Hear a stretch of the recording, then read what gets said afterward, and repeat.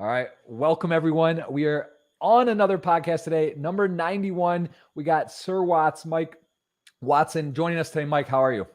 Doing well. Thanks for having me on, Jeff. Yeah, man, this is great. We know each other for many years. I think we've both been in the poker community circuit for, I don't know, how long for you? 20 years, 15, 20 years at least?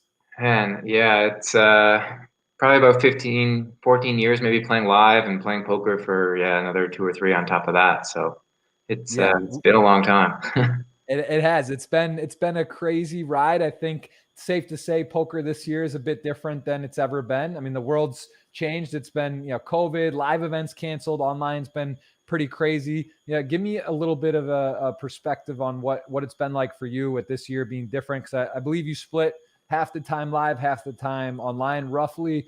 Correct me if I'm wrong, but how has the last 6-7 months been for you? Yeah, it's been very different. Obviously, it's been a change. I've kind of, normally, obviously, like you said, my year is maybe half the time playing live, half the time at home, playing online somewhat. Um, so I pick and choose sort of the stops that I think are the most interesting, whether it's, place to be or, just the best value tournaments or whatever the criteria are. And then, the other half of the year I'm home. So this year, obviously, no traveling. I played Aussie Millions and Australian Poker Open, and then that was it. Came home and it was all shut down, Um, Yeah.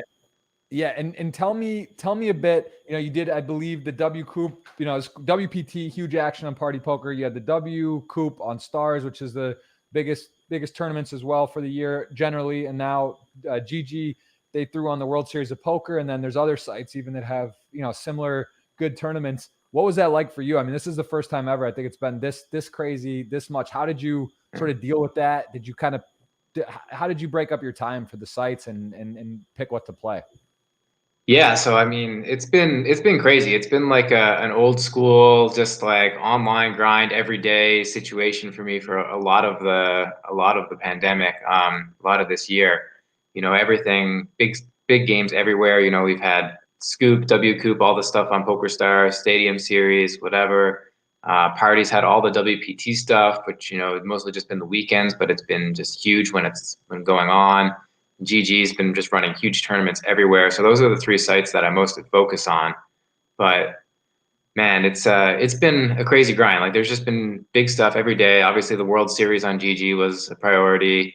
Was just big action. Even if there wasn't like only like one smaller bracelet event on a given day, there was always a bunch of big side tournaments.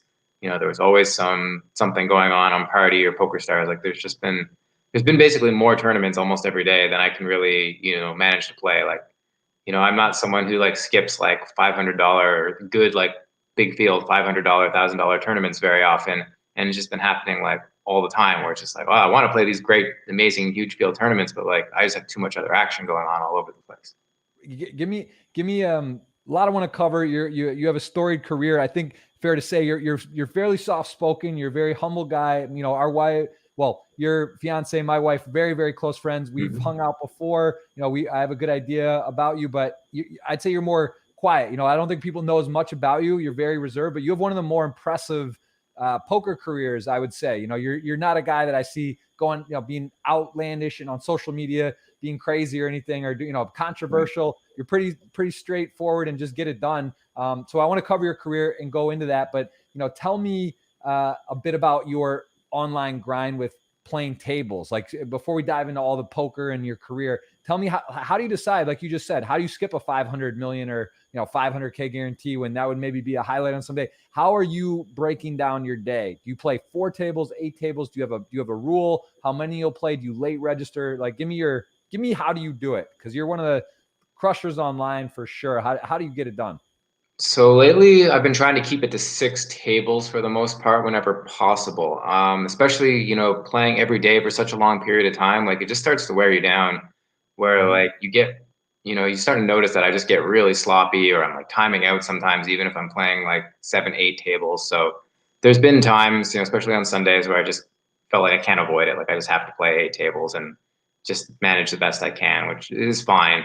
But just at the end of the day, you're so worn out from just the constant thinking, just constant decision making, everything going on. So I like to keep it in the 4 to 6 range, mostly just play 6 tournaments for most of the day.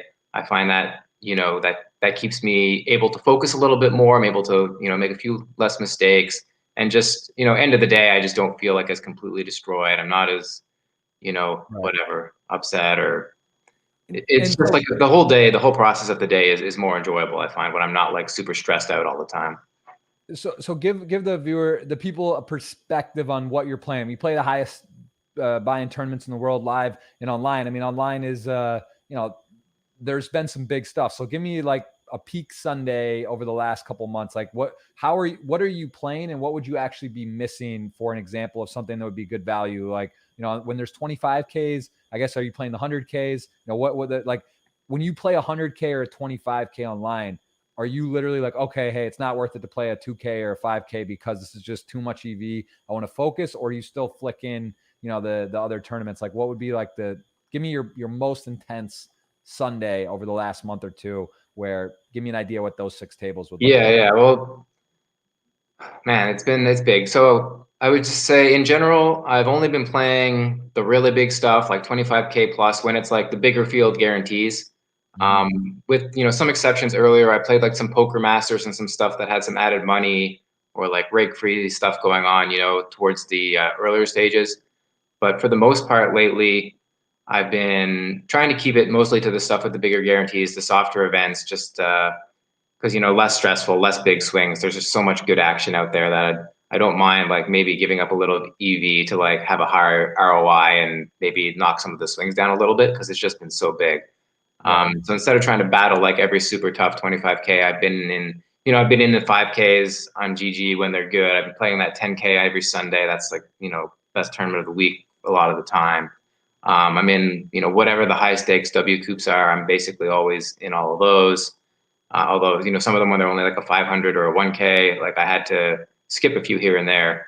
Um, Although towards the end, I was doing very well in the high stakes leaderboard in W Coop, which is some added money. So I wanted to try to chase that a little bit. So I definitely maybe skipped a few like 5Ks and stuff on GG that weren't like as good at that point, because the WSOP was over, just to play more of the 500 turbos and the 1Ks in W Coop. Right. And tell me, so you did finish, I believe, second overall on that leaderboard. Is that Right. for the high? And so what does that get you? What was the bonus on that? It was 10K, which is, Okay. nice little bonus to have added on at the end. And what was first? Just like 12.5 and a trophy though. It's big Oh, equity in the trophy, and that is yeah. nice. They're hard to get these days. I believe Naza 14 won that, right? Yeah, you've got him on later this week, right? So you get to hear him gloat about his victory over me. Yeah, I wasn't aware that. I didn't know if that was the same. I was trying to understand what the leaderboard, how the different. So okay, so basically, yeah, the trophy, but otherwise, money wise, you both got a nice little, above 10K. It wasn't a huge difference. Yeah. That's good. And tell me about your speaking of trophies. I know you've won a WPT, a huge 15K Bellagio. Is that right? That was a WPT, the 1.6. Yeah. 2008 WPT Bellagio Cup. It was a huge tournament, 15K buy-in. It was just, that was back when all these WPTs were just like so big. They were all 10Ks, back in the glory days, I guess a lot of people think of it as. So yeah, it's kind of crazy, it's been 12 years and I still never had a bigger score than that in my career, right? So it's just Man, kind of insane, like how lucky it was to just have that score so early. yeah, it's pretty crazy. And you've won a WPT. How many bracelets do you have? Two? Is that a troll? No, I got no bracelets yet.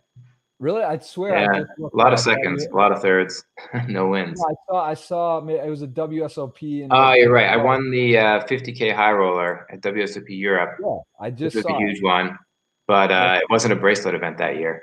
really? Yeah, No troll. I just they looked made at it it. the bracelet event the following year, but I think they just didn't know like if anyone was going to play this tournament. Basically, they put it on the schedule and Oh, they thought it might be like 10 or 15 people, and I think it got like 50 or something entries, 60 entries. Yeah, so oh man, that's pretty ridiculous. It's a 7-figure score. It qualifies even on like the current terms. I think at the one they did Europe, they made it like what 30 or 40 had to be for a bracelet or something. So that's I did not know that. I mean, it says WSOP Europe. That's weird. They should just ship you a yeah. They bracelet. had a bunch of side Yeah. events, and this was just a side event All right. Well, according to the 1.3 schedule. million, nothing wrong with that as well. Another 7-figure score. And you won the PCA, which I guess would have been technically Does that count towards the Triple Crown then? Because it's like as it's viewed now, because it's changed the name, it's not the EPT. But would that technically go towards that? I would think so. Yeah, I assume that I'm just the bracelet shy still, but Oh I don't man, know. I'll leave that to the writers to decide what counts or what doesn't. But I would assume that it does. Yeah.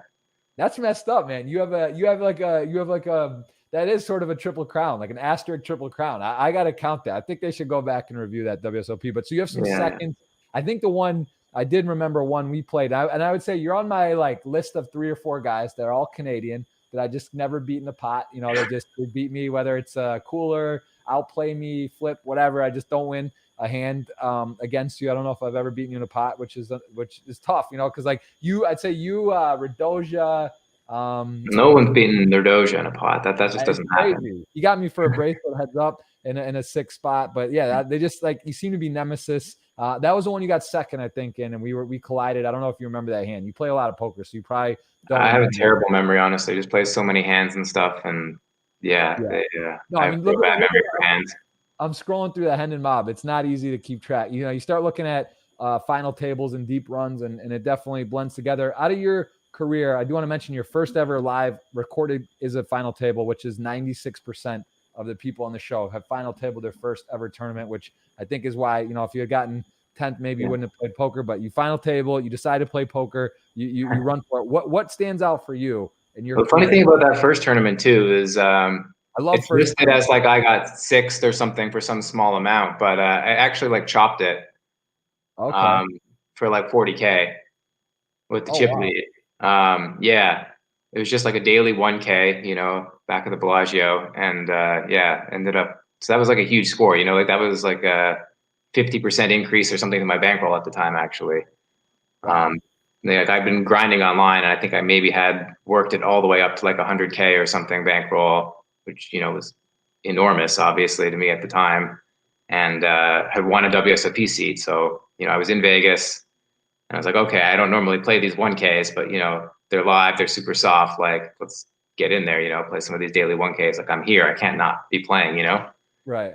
And yeah, I just happened to Oh, chop so it's one. interesting. So that actually doesn't show because most of nowadays they do the chops and it records it usually. But so this was pre that I guess or just early on and just kind of ran it out. And I mean that's sort of bizarre, right? Because the guy then for tax reasons he gets shown as 74. You know, although obviously everyone's responsible to declare on their own. Yeah, I think everyone just kind of agreed to have it this way, and everyone was, you know, happy with their own tax situation with regards to it, so it wasn't a Yeah. problem. Yeah, no, that makes sense. I think that's interesting though. Just, you know, that makes again, it always is up to the person anyway. It doesn't really matter how it records. But so okay, so you get a first score, pretty nice. How did that feel? I mean, that was you had already been playing online at that point, but you said it was a booster, a change. Do you think that gave you some extra confidence in playing live? Just to die? Did that make you shift what your priorities were in terms of playing on live versus live, or how did that make you feel? I mean, I was obviously super excited about it. I think, you know, online I'd had a couple like decent wins, maybe like 20K scores or something around that to that point. So it was my biggest win to that point in the career by a decent amount. And yeah, I mean, I was in grad school at the time still. So it definitely, you know, was part of like this whole rush that I was on that sort of made it more obvious that I was like, okay, like poker is probably going to be your career path, like your future, you know, like this seems like something that is going well enough. You're making enough money that you can actually do it. Right. And speaking of, well, I believe you were at Waterloo, Mike McDonald, that pedigree, you guys were there at the same time. And tell me a little bit about your early days online and how you discovered poker, your relationship with Mike McDonald and what was going on at Waterloo. Yeah, for sure. So I started playing on a summer internship back in Newfoundland where I grew up. It's at the Memorial University there, and playing with some buddies. Just like, you know, it started being on TV all the time, right? It was, I think 2004 was like when Raymer was on, or just after Moneymaker, all that. You know, same time everyone my age started playing. Yeah. And so I started playing like, you know, like dollar games at lunch break or whatever with my friends there. And then, you know, found out about online and got into that a little bit. Um, Brought it back to Waterloo for my last year of my undergrad. So I, you know, didn't play much in the fall. I had to really like work hard, get through that. But then my last term was like, okay, I just got to like, I didn't have much of a course load. You know, I was taking a lot of like electives, like easier courses that I just, had put on the back burner to really like get all the math stuff that I was doing out of the way. And so I had a lot more time that term. A lot of applications and things were already submitted. So like, grades weren't as big a priority. So I was like, okay, this is like my term to really play a lot of poker. And I was able to sort of grow my bankroll. I think I maybe had like $5,000 bankroll or something by the end of that term, right? Which is a lot of money to me at the time. But like I wasn't someone who just like jumped in and was immediately successful. Like it was a lot of like slow learning and me being really stubborn and not making much of an hourly in the beginning, considering how hard I was working at it. And then so then after that I had the summer off and I spent a lot of time playing. Didn't get a summer job. I was like, okay, poker's my summer job. I think I just made like no money the whole summer. Like I think I just like broke like dead even. I was like, man, this is really like kind of depressing. Like spent so much time playing and just like nothing to show for it. Like kind of brutal. Then went back grad school, and grad school is nice because you have a lot less. It's good and bad because you have a lot less things that you have to do. You control your own schedule, your own time a lot more. I only had like 1 or 2 courses, marking some papers or whatever here and there, but I had a lot of time for poker. So playing a lot online. And then that's around the time that I met Mike McDonald and Steve Paul Ambrose as well, who was actually the first other poker player that I really met. That's the guy I wanted to ask about too, because that you guys really dominated the PCA. I mean, he won the main event, I believe, there at the PCA. He did, yeah. He won the main event. Did Mike also have maybe a big score? Maybe he just via you guys, or I don't know. I think somehow I was thinking he did really well at the PCA in some event as well. But tell me about that. The triangle. Were you guys all friends? How did you meet each other? And how did you guys start becoming this sort of elite players at this age? Yeah. So Mike got second actually in the PCA main. Okay. I think the year that Dominic Penka won. Yep. So he got more money for that than I did for my win because it was still a 10K then. But so Steve won PCA, and then I was obviously a big poster on like the 2+2 tournament strategy forums back then. That's how sort of our little generation of players around that time all came up. We're all talking strategy and eventually talking more online, and then finally meeting live, most of us eventually, as we continued to move up in the stakes and have more success. So both Mike and myself ended up like messaging Steve on those forums and saying, hey, I just saw you won, congrats. Like I'm at Waterloo too, like let's meet up, and Steve was cool about it. He was, happy to meet everyone. And so I think Mike met him maybe a few weeks or a few months before I did. And so he had been playing Sundays together in their like basement or whatever for a few weeks. And then after I met Steve, he invited me over as well. So that was sort of where it really started, where I started to have much better results. We're talking poker with those guys all the time and learning, but also realizing like, hey, like these guys, there's not like some secret sauce that I don't have. Like, these guys are thinking about poker like pretty similar to I am. Like they're, more advanced, they're ahead of me, but like there's not some like completely like huge thing that I'm missing. Like I can do this. Like if these guys can do it, then I can learn to do it too. And so, yeah, that was that year was when my bankroll really started to take off. I finally had some big scores. And then, leading into like the 2006 tournament, my first World Series main event, like I was talking about, that's sort of when that big progression came from being a guy who was sort of grinding but not making much money to like a guy who was building his bankroll and playing the main event. Right. And what year was that? That was 06 then? That was 06 was my first main event, yeah. Okay, so you go to Vegas. Was your first time in Vegas? Yeah, for sure. And did you do your hotel? Did you get a house? Were you out there with friends? How did just had the hotel that came with the main event package. So I didn't do the whole series or anything. I was just there for like the 10 days around the main event. Had a room at the Monte Carlo or whatever PokerStars. It's one of the cheaper ones that PokerStars was giving qualifiers back then. And I was like, okay, I'm gonna book my flight, stay for the whole thing, and if I'm out of the main, then hopefully find some other tournaments to play. There weren't really like post-lim events like there are now, right? It was the main event was the last event that year. So it was playing a lot of like the dailies at the Bellagio and just, trying to meet some people. It was the first time I really met like anyone in person from the forums outside of Mike and Steve, right? So, right. That's very, very cool. So you hit the score, you boost the bankroll, you get some live experience. Looks like you didn't cash the main, but overall a successful successful summer. You go on, and then so now you go back. And you were was it mostly online? You were grinding. Did you play cash? Was it only tournaments for you? Yeah, around that time, I think I started playing a lot more cash. I started feeling more confident in my game and dabbling in there. So yeah, I made a good amount of money actually playing like mid, 510 to 2550 cash for a while there in like games on like smaller sites and stuff where they're really soft. Um, but then still mostly, focus was still primarily on tournaments. So, eventually I realized that, I gave up on the dream of finishing my master's, realized that I was killing myself, that this wasn't going to happen. And then, had made plenty of money at that point where I realized like, okay, like I can do this poker thing full time. Like I might as well take the leap right now.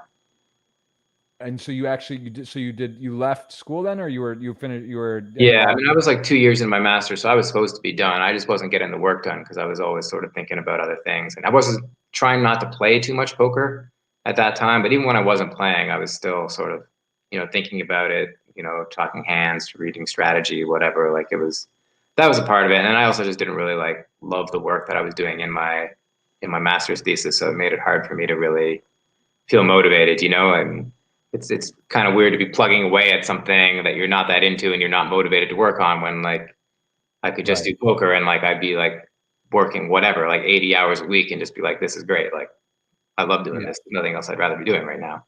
Exactly. And where did how about a family? Where did they fall into family, close friends? What were their thoughts on this? It's almost like the movie 21, right? You're meeting, you got a couple friends, you're in college, there's money, it's excitement, you're going to Vegas, you're in the mix. How were they like, oh, this is great, or hey, I'm not finishing school, or I'm doing this? Like, where do they stand on that? Yeah, well, I didn't really tell my parents I was playing poker seriously at all for a long time. I think after I finished my undergrad, I was at home for that summer trying to play a lot. So, I couldn't really hide that I was at the computer playing on Poker Stars like most of the day. They kind of figured it out. But Mhm.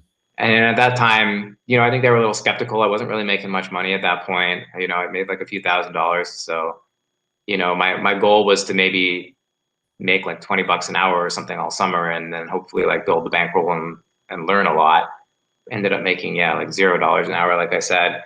But I think they were very skeptical at that point. But my parents definitely, I mean, they're both university professors. I think they both know that I'm very like, smart, capable person at that point, and they had a lot of faith in me. And then obviously, later on when I started to show like, oh, I'm having all the success at it, I think they realized like, okay, like this is a bit different, but like, we trust your judgment. We think you know what you're doing. So they're very encouraging, and That's they're great. definitely, I think, not. There's a lot of pressure on me to finish the master's degree, with both my parents having doctorates and stuff. Like I felt like the academic path was sort of like the default option for me, basically. Yeah. So not finishing, the graduate degree was something I was really concerned about. That like I didn't care that much, but I was like, they're gonna maybe look down on me. But at some point, I actually had a conversation with them with my mom. She was like, you don't really want to be doing this. If you want to chase the poker, like we'll support you. Like that was just a really like important thing I think to hear.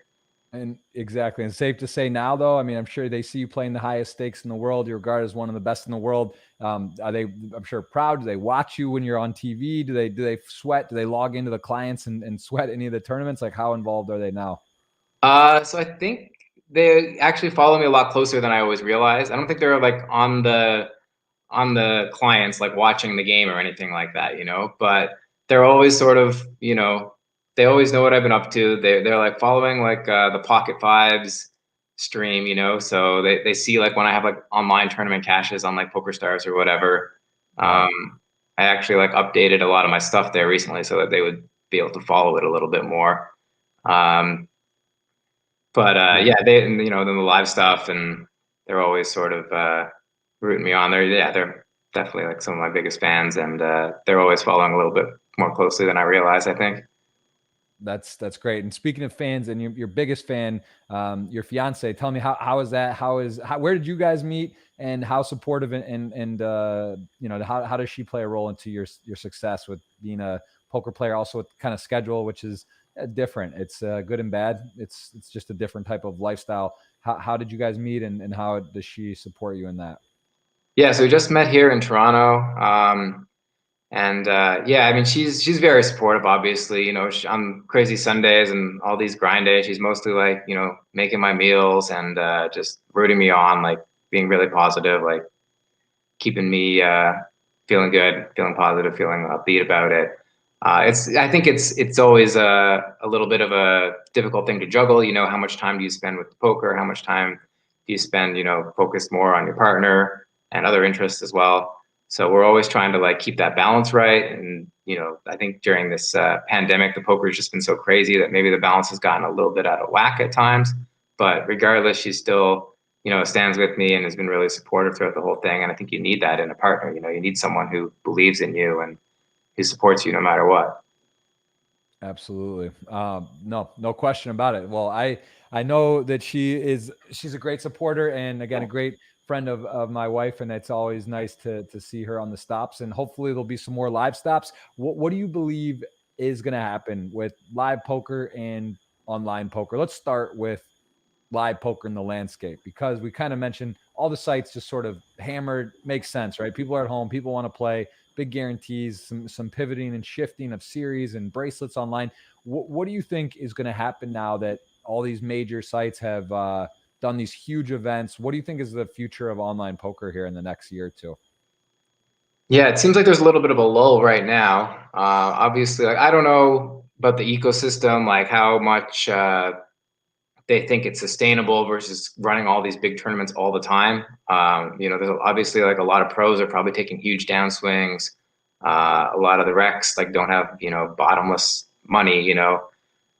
So we'll see. Anytime in the past where like the economy's taken a downturn, it's never been really good for the games overall. That being said, with no like major live tournaments, all this stuff going on, there's just so much interest online. I Yeah. assume there's going to be a lot more big series coming up. I'm looking forward to hearing when the next big thing is announced. But yeah, it seems like there's a bit of a lull right now, which I'm also pretty thankful for. So we needed some time to just sort of recharge and It's get kind of some like more time FOMO, with right? Sarah. 'Cause it's funny because everyone I feel like who's a strong player or loves poker, does it professionally, whether winning or losing, it's like fun and you want the action, you want the big stuff, but kind of like you're saying, it's sort of nice because similar to live, it's like almost nice for a live player, or if you're like a very social person but it's busy, there's so much stuff going all the time, you're worried about missing out. Whereas now it's like, all right, I'm not missing anything, nothing's going on, everyone's at home, and then it's like, okay, nothing's really happening online, so I can relax and get rebalanced in my life with stuff. So I mean, that's what I hear you saying. It makes sense. So it's kind of nice to have a little pause, and it's kind of funny because sites sort of prey on each other, right? They play on each other, and they use that. All right, there's a guarantee here, let's do it as well. So it's all at the same time. But at some point, the sites do need to give a breather and sort of let things simmer. And I think we will see somewhat of a downturn in numbers, or just in general, people sort of let the dust clear and see where everything's at. What do you think about live? What's your prediction when the next live series will be? Man, I don't know. I imagine we're still at least 6 months off from like a live series of some sort. Like it's hard to imagine how they're going to happen until we have some sort of reasonably effective vaccine out there Right. that like some reasonable percentage of the population has received a vaccine or something. I think ultimately once that starts happening, then I think there'll be a lot. The attitudes are going to change a lot, and people will be more willing to just say, okay, like we're going to run this tournament, like come at your own risk, like you should probably be vaccinated or whatever, but like ultimately it's your decision to make. I imagine we'll get to a point like that at some point. I don't know if it's 6 months, 9 months, a year, whatever, but I think that's probably where we end up. For me personally, I'm a little bit more interested in maybe playing like a Triton type of event where it's like a smaller player pool where they, have the resources to pay a little bit more attention to some of these health concerns and stuff like that. Whereas, a big international event like, these big EPTs, the big party poker events where you've got like thousands of people from all over the world coming, like that's just, all sharing the same cards, the same chips. That seems like a pretty daunting thing to start running again, So I imagine it's going to be still a little bit of a while before we get those big, like huge main events and series come all the way back. Right. Makes a lot of sense. Yeah, I think that is safe to say. And like a Triton size tournament or one of the, it is more manageable and more reasonable. So yeah, that is something. Have you played? How much how have you played in terms of live in the last, let's say, pre-COVID? What was your sort of live grind in terms of stops? What did you make sure you hit? And what were you planning on playing that you didn't play this year? What did you have? Because I know there was a big Triton scheduled, Jeju, Montenegro, other stuff. Like, is that stuff you've done? Are you going to be wanting to do, or what's been like give me your year prior to COVID for live stuff? Yeah. So it was, I mean, the events I focused the most on were the bigger EPTs, right? So you've got PCA, Barcelona, Monaco usually, and then most of the Triton events, Jeju, Montenegro was right after Monaco, so that was a great little trip. London was a huge one. That was a lot of fun to be back in London again for poker. It'd been a while. Mm-hmm. And then, the big party poker stuff, Bahamas. Bahamas is the biggest one, yeah. Very cool. And what do you prefer, online or live? If you had to pick a 2 week or a month period to play, what's your preference? Lately, I think I like both. I think lately I've been preferring the online. It's great to just get in so much volume. It's tough with live, just playing like one tournament a day or one tournament every couple days or whatever. Like your results can just be so, can just have no major scores for a long time. And it's just like a normal thing, right? Like you're playing whatever, 50, 100, maybe a little bit more than that live tournaments a year. Uh, it's just such small volume. So getting, 20, 30 tournaments a day in online is nice, I think. And it's just more fast paced. There's so much action going on, there's so much just sort of downtime live where you're waiting around between hands and it's cool. Maybe you can talk to some people, whatever, but it's a lot of time that usually for me at least ends up just being like me clicking around on my phone, like not really doing anything productive. Um, Right. so yeah, I like getting the volume in online. I find that that grind can be a little bit more enjoyable in that way, and you blast through the variants to some extent a little bit faster. So I've been enjoying it. That being said, I like the travel. It forces me to get out there and see other parts of the world, and I love going. Obviously, with Sarah, she loves the trips as well. So we like to turn it into, it ends up being like a pretty hectic week generally. There's just so many tournaments at all these stops, they make it so you don't really have an off day really at all. But then we'll Right. usually try to like add something on before or after, or at least, find some time to do some things together, see some sites or go for meals or whatever like that. And Right. I enjoy that part of it a lot. So it's okay. I'd say for now, I'm enjoying the online grind a lot. I find the schedule very convenient, just being able to wake up and eat breakfast and then go play. I'm, comfortable, no jet lag, no long flights. That stuff is cool. But at some point, you're gonna miss some of the perks of the travel and of just seeing everyone too, man. Like actually, like Right. seeing all these people in person and being able to hang out, on breaks or in the evenings for meals or drinks or whatever. Like there's just a lot of camaraderie and stuff that goes along with it that it's cool. We obviously still staying in touch online with most of these people, but you're missing a little something. For sure. It is nice. And I think that's one of the best things about how it works with the live and online is, during these times it's good to get that balance, because you do a trip here and there, you get to still play online some, but it can be, I think, all one way or the other is not the best way to go. But someone's mentioning too, it makes a lot of sense about saving money. And some of these guys and people that haven't done well, not necessarily online, are winning. You get to save a lot of money with traveling though, if you're playing, Yeah. because like the hotels cost money, the flights cost money, the food live costs money. So there is all these other expenses and time, and sort of in a way, people are able to get a little more bang for their buck. Let's say they're losing X percent or ROI, all of a sudden they're saving, maybe get to flick in an extra 1K or 2K or $500, 2K, 3K worth of buy-ins for a trip on some online tournaments. So I think bottom line wise, kind of better for people in that sense. But it is curious to see what will happen with online. And I did want to ask you, with real-time solvers, RTS, there was a Hmm. I saw about Cruz, this guy Cruz. There was some scandal and showing his Right. supercomputer and all this stuff. There's no HUDs on Party now, which seems to be the consensus is good, and that, so there's no uh, unfair advantage for some people how they're using this all. Like, where do you stand on this type of stuff, and what's your feeling about these real-time solvers, bots, super programs? Like where do you lie with all this on the online? Do you think this is a threat in the next year, 2, 5, 10 with online? How do you feel with all this stuff going on with these type of things? Yeah, I mean, it's definitely concerning. I think, if obviously if like really good tools became very like easy to find, really prolific, that would be horrible. My impression right now is that a lot of the tools people are using are not super good, and it's not as prolific as maybe some people want you or think. It seems at times. I Right. don't feel like I'm playing against people that are using real time solver stuff that often. Um, it's a concern. I'm sure it's happening, obviously.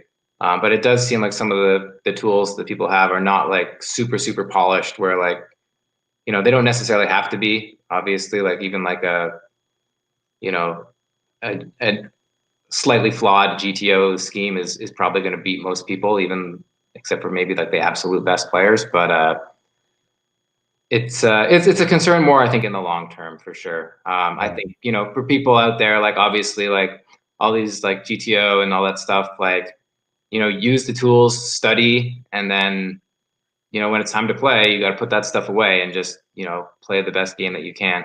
Um,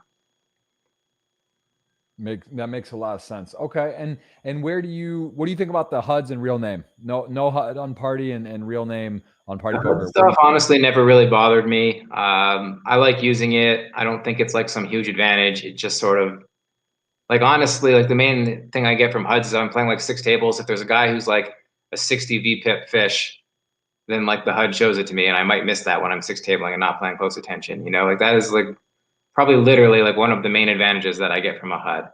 Right. So you're not like the HUDs. You're not like in there looking at turn frequency, bet size. It's kind of hard. I think that's the thing too. When you're playing 6, 8 tables, you're not really able to like dive deep onto like turns or super advanced statistics. Like that's how I felt too. I use HUDs like pre-flop raise. The basic stuff I'm looking at like, oh, that's abnormal. And if exactly your point, if you're playing a bunch of tables, you might miss it or just miss some low hanging fruit. But I'm not like, I think that was kind of my concern that people like Jungle Man, let's say, who's like how they process and use this. They're like, it's very rare to have someone that can deep dive and really pick off super in-depth stats on people, I Yeah. think, but maybe I think I'm the other wrong. thing too with tournaments, you're just not playing with the same people all the time, you know? Um, and so the people that in the high stakes community or like the super high roller community, like we're playing against each other all the time. We're already all like studying each other's game a lot.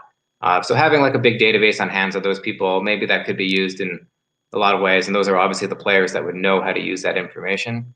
But in general, in MTTs, you're looking at even people that you play with like pretty often. I think I've got maybe like 2,000, 3,000 hands at most, against even a lot of these high volume regs from like stars, which I guess is about all I'm getting now is stars hands. So, you know, the sample size is not super big. You're not getting into like obscure situations super often where you're going to be able to just like look at some number, in a table in a spreadsheet and like figure some stuff out. If someone has like a really obvious leak, it might show it in the data, but ideally, I mean, you'd hope you'd be picking up on that stuff anyways, just from like playing and paying attention.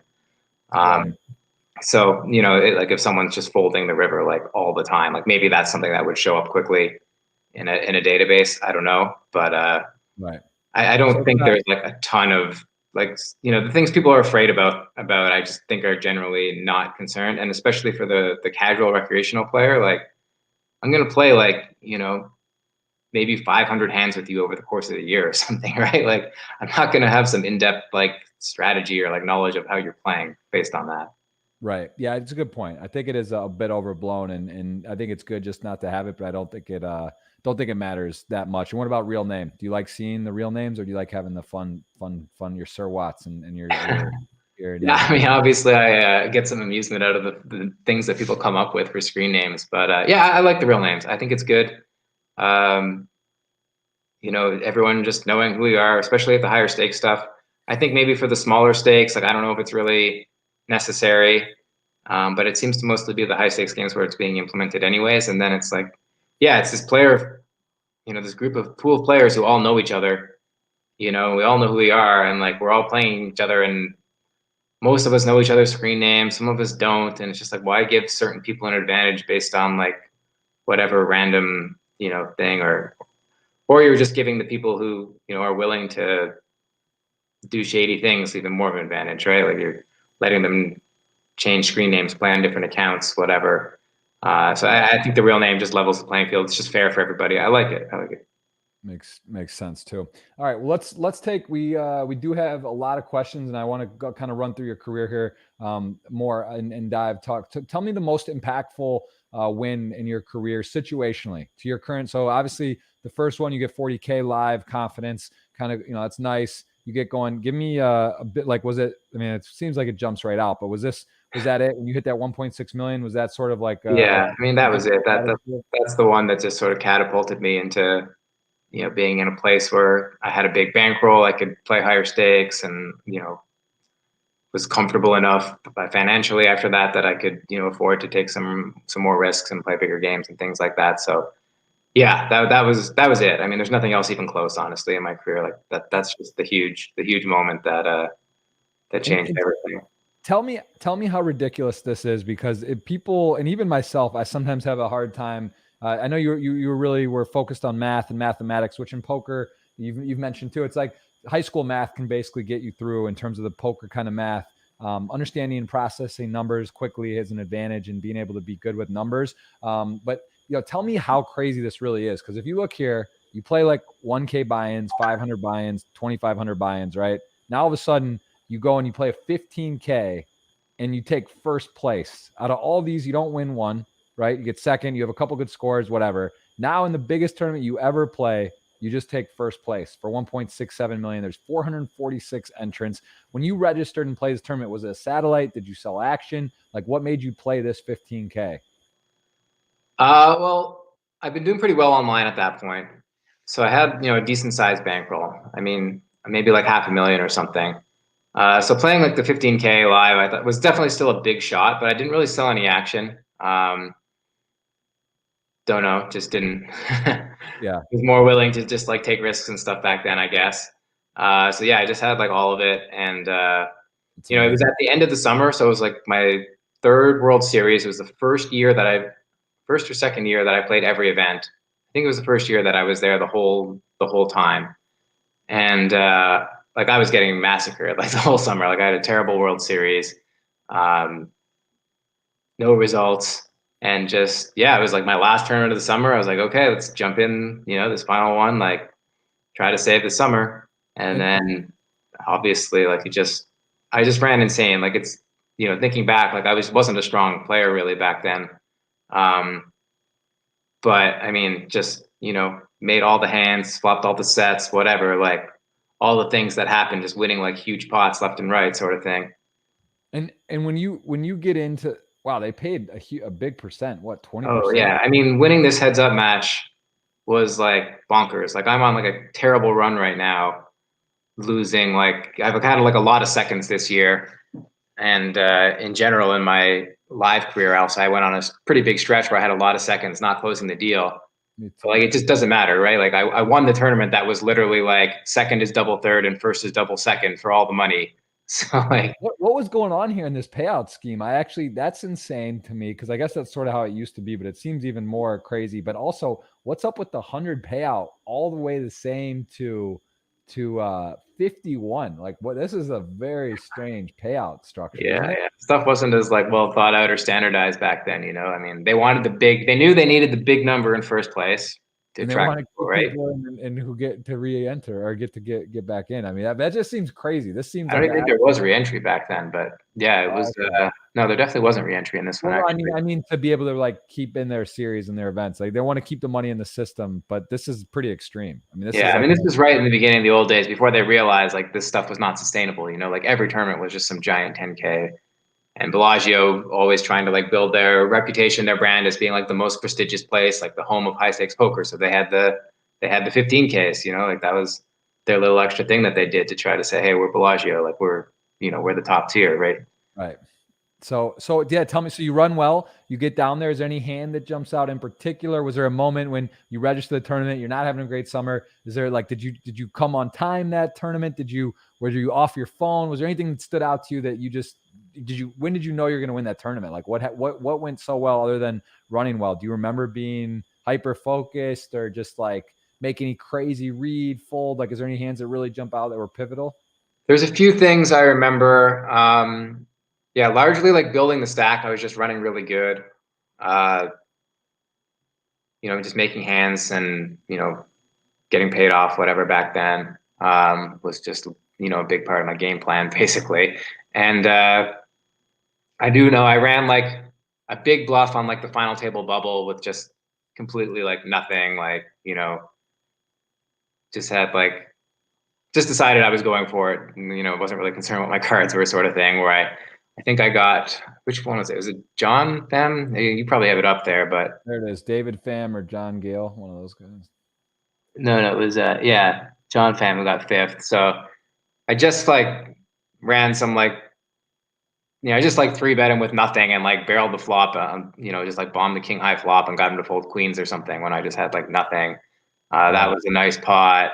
Not a very well played hand in retrospect, but whatever. My reputation or my image at that point must have been like pretty nitty, I would imagine. I hadn't probably shown down a bluff for like days. I just kind of like, hey, look, I flopped the nuts again, guys.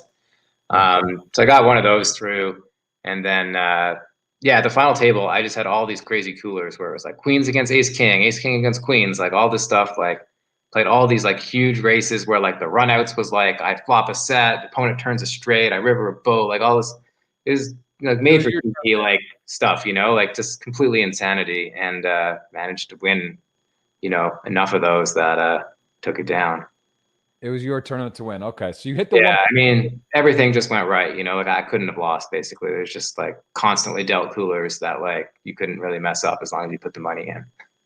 Well, nice. Doesn't matter how you get it done. Not put the money in. you get it done, you win, and then all of a sudden. So what was this like? Because I mean, this is World Poker Tour. Was it televised? I imagine, right? It's a 15K million televised.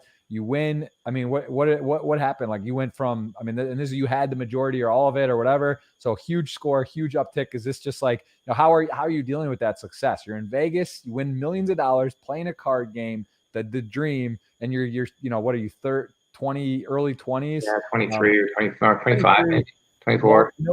Confirmed millionaire at 23, and you're just on fire. Like, what was that like? I mean, tell me about the night you won. Did you do any crazy purchases? Like, what was that like? Give me that experience.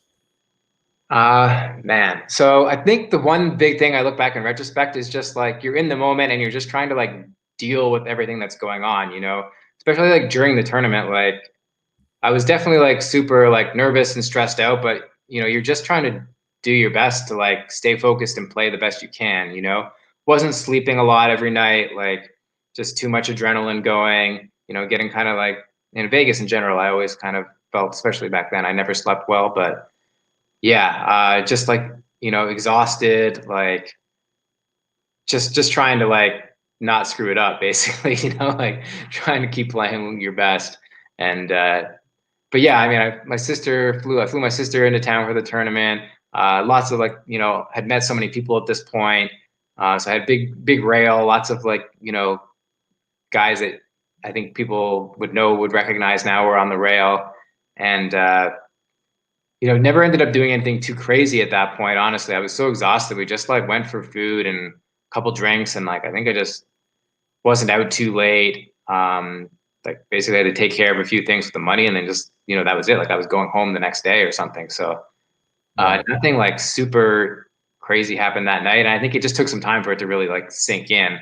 Like every year goes by, and I'm like, man, this was even more like I knew it was a crazy thing, but like my biggest score at that point was maybe like 70K online. And so I was just kind of like, oh, I finally had my big score, my big win, like great. But I didn't understand like how big it was, like lots of people had their big win and it was like 500K, 600K. It's a huge score. But like 1.6, 1.7 million is just like, it's like three times that, like it's outrageous, like how big it was.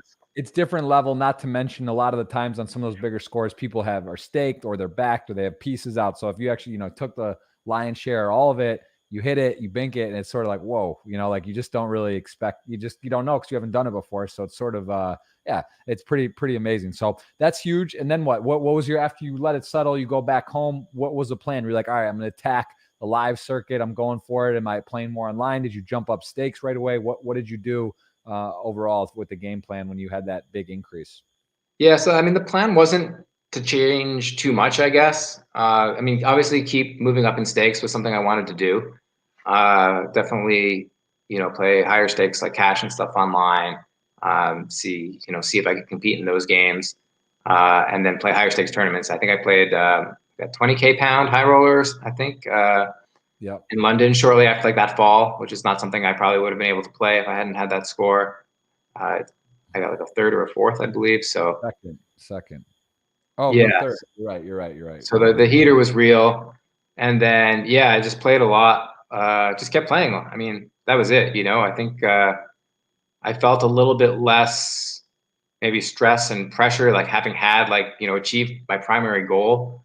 I think in like good and bad ways, it was like, it was good in the sense that, a lot of this pressure was off and I had this huge goal. I achieved it. But then at the same time, there's a little bit less drive to feel like you have to keep like always trying to work like super hard. And then I think a big thing that happened for me after that was I started to realize, okay, like I've had all the success in poker, like I'm doing pretty good with money now.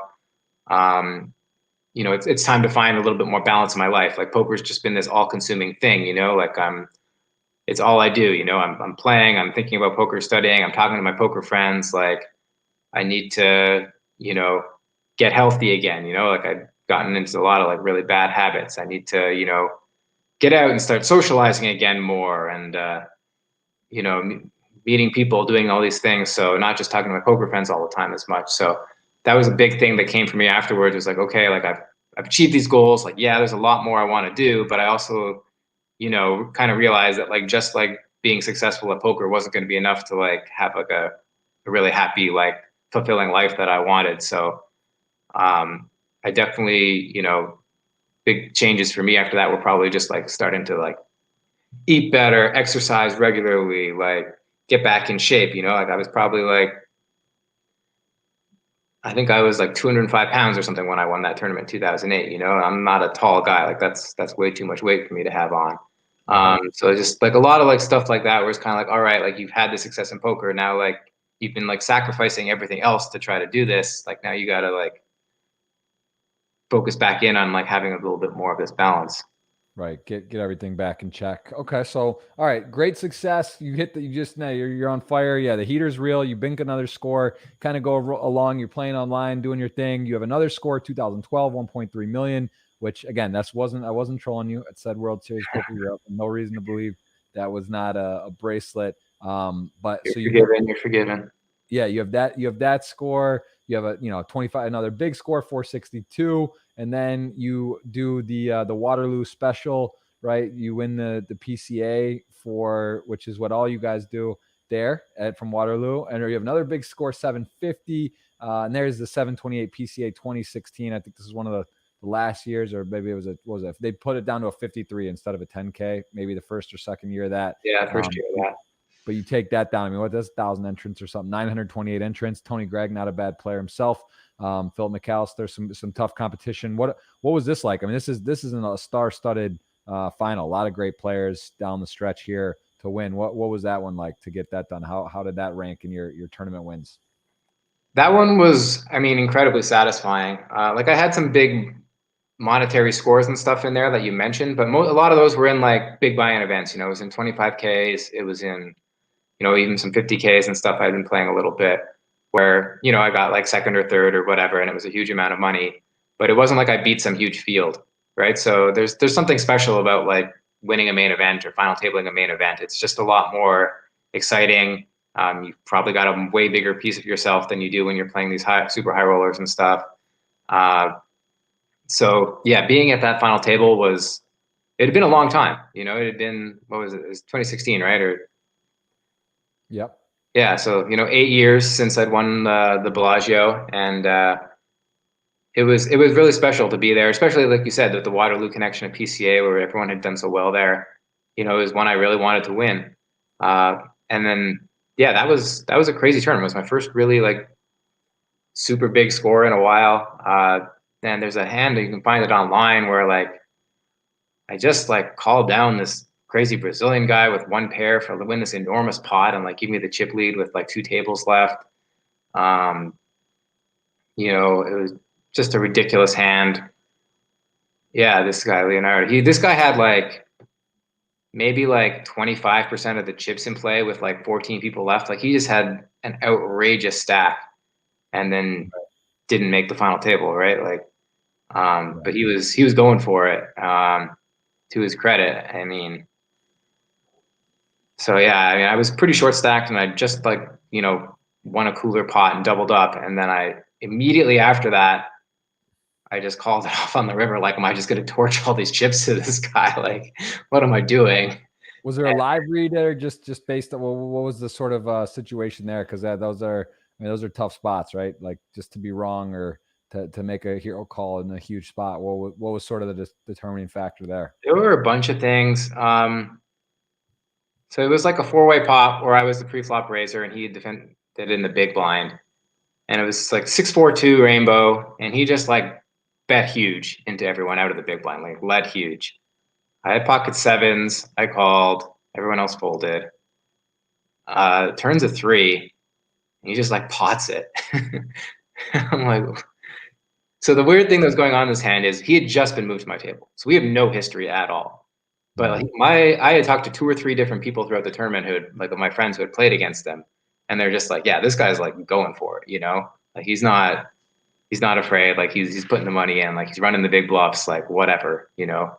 So anyways, like with sevens, you know, I've got the gut shot. Like it's got to. I figure it just has to be one of like, you know, the better hands to continue with. Like if I have like 8s or 9s or 10s, I just have to fold. But sevens with the little gut shot, like I think okay, like I probably got to peel one, and then the river is like a jack, and the backdoor flush draw gets there, and he just goes all in for like pot or something, and I don't know, like I just knew this guy was like a stone wild card.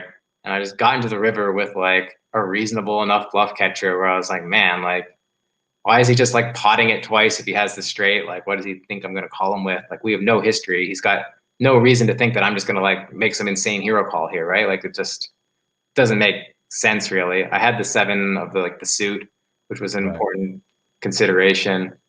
I kind of thought like he'd be more likely to just go pot if he had like 7-5 for like the extra high straight. Right. So like blocking that one, I thought was like kind of a consideration, even though, you know, like I'm whatever. I just basically got to river and I was like, man, I think this is like an okay hand to call with. And I think like this is just like the guy where I know he's crazy. He doesn't know that I know he's crazy. Like, I think I just got to like close my eyes and like stick it in here and just hope it works, you know, like, seems like the spot to do it. So, I mean, it took a long time for me to convince myself of this. And I was kind of like, you know what? Like, I think this is just it. Like, whatever he led the flop with, like I was pretty sure it was some nonsense hand that he just like led the flop with, you know. And then, and on the river, I was just like, whatever. I'm just gonna call this guy because like I think like if he gets to this river with any hand worse than mine, he's just like always bluffing. Like he's never giving up, right? Like he's got some random 1-pair hand, like all the money is going in like every time, and I just gotta like pray that that's what's happening. Did he table his hand or is it a? Yeah, he had king 6. King 6, so he just had top pair that I barely had him. But wow. So I don't know. Even to now, I'm kind of like I don't even know if this was really like a good call down or not. You know, like just kind of seemed like a weird situation where I was like, well, I can't fold the flop, I can't fold the turn, and then I get to the river and it's like, well, I think now that I'm here, I might as well just like hope for the best. That's such a small. It's so crazy, right? Because it's like your friends tell you this, and like he just shows up with somehow a backdoor like legit flush or a gut shot and a flush or there's a million things. He could just be a guy who would just go pot with the 5 there. Like I don't really know, you know, like it's very possible. I think it's like it would be unusual for like an amateur player to sort of just like, you know, usually they're thinking like, okay, I've got to like try to like trick this guy, trap him, keep him in a little bit, you know, like. And then there was the timing thing. Like he's just like immediately just going like pot, like immediately it's like all in on the river. Like as soon as the river card hits, he's just like all in, and that's often like a pretty strong tell that someone's up to something a little funny, you know. Yeah, that's amazing. So yeah, that big pot, and then from there you just kind of took it down. That's exciting though. It's nice to win with the it's always nice you cooler people or win a flip, but it's nice to make like a real poker hand that sort of catapults you to a major title. So that's very, very cool. And yeah, and again, the ROI ridiculous, right? 928 people, 5K. It's not like 100 or 50K buy-in. So hitting that score, obviously I'm sure 100% of yourself, maybe some swaps for fun, but it's 5K in the scheme of what you're playing. It's on the lower end, and to get the big score, very cool. And then from there, so you hit that score, and then anything change? Or at that point, you've got a lot of scores, you're cruising. Did that change anything, or was it a big win situationally in terms of just what was going on, or just kind of, all right, that was nice, that's a nice ROI? Yeah, that was a big one. I think I'd been like downswinging live a little bit leading up to that, so that just sort of got me back on the right track. Basically, it was it's tough, obviously, playing all this big stuff live. Like, you go through these big downswings, and then eventually, or at least you hope eventually, this big score is going to come. I mean, it should eventually keep playing well, but until it actually happens, it's you breathe a big sigh of relief, I guess, when you do finally sort of like think that big one. You're like, okay, good. The last like year or two was all worth it now. Like, I'm back in the profit where I'm supposed to be for the last couple of years. Like, great. For sure. And how do you deal with downswings with variance? Because I think that is one of the hardest things for everyone to cope with or understand, is whether you're a world-class player, break-even player, a losing player. It's easy to kind of, because of variance, not be realistic with what's going on. So how do you kind of deal with that? Like, how do you tackle that? I would imagine you have a better grasp than most. You understand it. You've dealt with it. You've been doing it a long time. How do you sort of wrap your head around that with the variance component? Because it's easy if you're winning. Like, you could be winning and not playing well, and you could be losing and playing well. So how do you sort of keep an eye on that and make sure you are playing your best? Yeah, I mean, it's hard, I think, for everyone. Even like, I think I'm probably one of the more naturally maybe even keel players out there on the tour. But I mean, even for me, I still get like upset, tilted, whatever, like all the time when I'm going through these downswings. Like, it's still a tough thing. So it takes a lot of practice. It's a lot of just trying to think about it, I guess, really rationally, and just constantly like assessing your game. You just need to be brutally honest with yourself and just be like, am I playing well? Am I making the right decisions? Or is this getting to me? And you've got to find a way to like really like look inside and say, okay, this is what's happening. I'm definitely been times in my career where I was, realize like, man, you're just not playing well enough right now. Like, you haven't been working hard enough. You've, prioritized other things for a while. That's fine. But like, you need to get back to work and sharpen up your game if you're going to keep grinding at these stakes, and that's a thing that I think happens to everyone at some point. It's hard to keep that motivation and that work ethic at like 100, like, year after year after year. There's going to be times where, you're super gung ho. You're like, okay, let's do all the poker. Let's do all the work. And then there's going to be times where like, you know what? Like, I still love poker, but man, I'm a little burnt out. Like, I need to take some time, keep that balance in my life. And then, just be realistic, when you come back, like, okay, am I a little rusty? Do I need to, get back to work, or what's the situation? We'd love to all believe that we can just play and then take a break and then show up. And, we're just all so good that we can just like show up on any given day and like be winning in the field, be winning in the game. And it's not always true. Right. Well, this is what we have to dive into, because I know there's a lot going on out there. There's a lot of information. There's a lot of different trained school of thoughts. What separates you, Fedor Holtz, Mike McDonald? I could name a ton of other guys, like the best, Alex Foxens, guys that you see. We could name 50, 100 names, right? Guys that are either crushing at the moment or in the last year, 2, 3. Of course, there's heaters and there's luck. And there's other things that when you see these Bonomo type runs, Fedor type runs, Dan Coleman type runs, where you just like, wow, I think Bonomo was he was on the top 40 or 50 of like the all money list from that year, from a year or two ago, right? With sports athlete contracts or whatever. I mean, winning the 20, 30, 40 million a year, whatever it is. So, obviously at this caliber, this level, there's not a lot separating one guy from another, right? But there is obviously something separating them from the others. What do you think, speaking for that kind of names, yourself included, what separates you from a good player to be elite, Let's start with that before I start asking 5 questions at All once. right. So what do I you think appreciate you separates you putting me in guys? the Timex and the Fedor category. I don't know if I'm quite there yet, but Oh, Timex is he runs poker shares and hangs out and just prints and wins prop bets. Timex I don't think has been studying a ton. I'm sure he's up to date and can hold his own. Actually, we played heads up in a tournament during quarantine. He of course won, and he of course he can still get it done. But I'm just saying, like, forget all those guys, the guys that are considered the I don't know if elite. I'm quite in that top tier with those guys yet, but You're yeah, too there's humble. I'm gonna put you there. I'm putting you in there regardless. So okay, so all right, tell me well, I what appreciate your level and the above. Let's confidence. say that. Yeah. I think for everyone, it's always an element of luck whenever you see like the crazy run like that. I think it's always something that's actually very interesting to analyze. As a player, to look at and say, what is this guy doing something a little bit different? Like, might there be something I can learn in terms of like play style, in terms of just the way he's playing and success, or is it just luck? So it's always something that you're looking at as a player. You'd be stupid not to look at it and try to see if there's something you can learn there. You can't just dismiss it as luck. Certainly, I think some of these, whoever has the biggest run every year, like, it's largely luck, of course. Like, someone has to be the luckiest player in a given year, and whoever it is, we're probably going to say, oh, they're so good, and they're doing something different. They're on the next level. We want to believe that we have more control over our results and our outcome than we really do. So, and it's more fun to make these stories and these narratives and stuff, of course, for people that are watching. Yeah. But yeah, also, like, these guys, I know, like Fedor and Justin, I know are both guys who have worked like extremely hard for periods of time where they've gotten in there.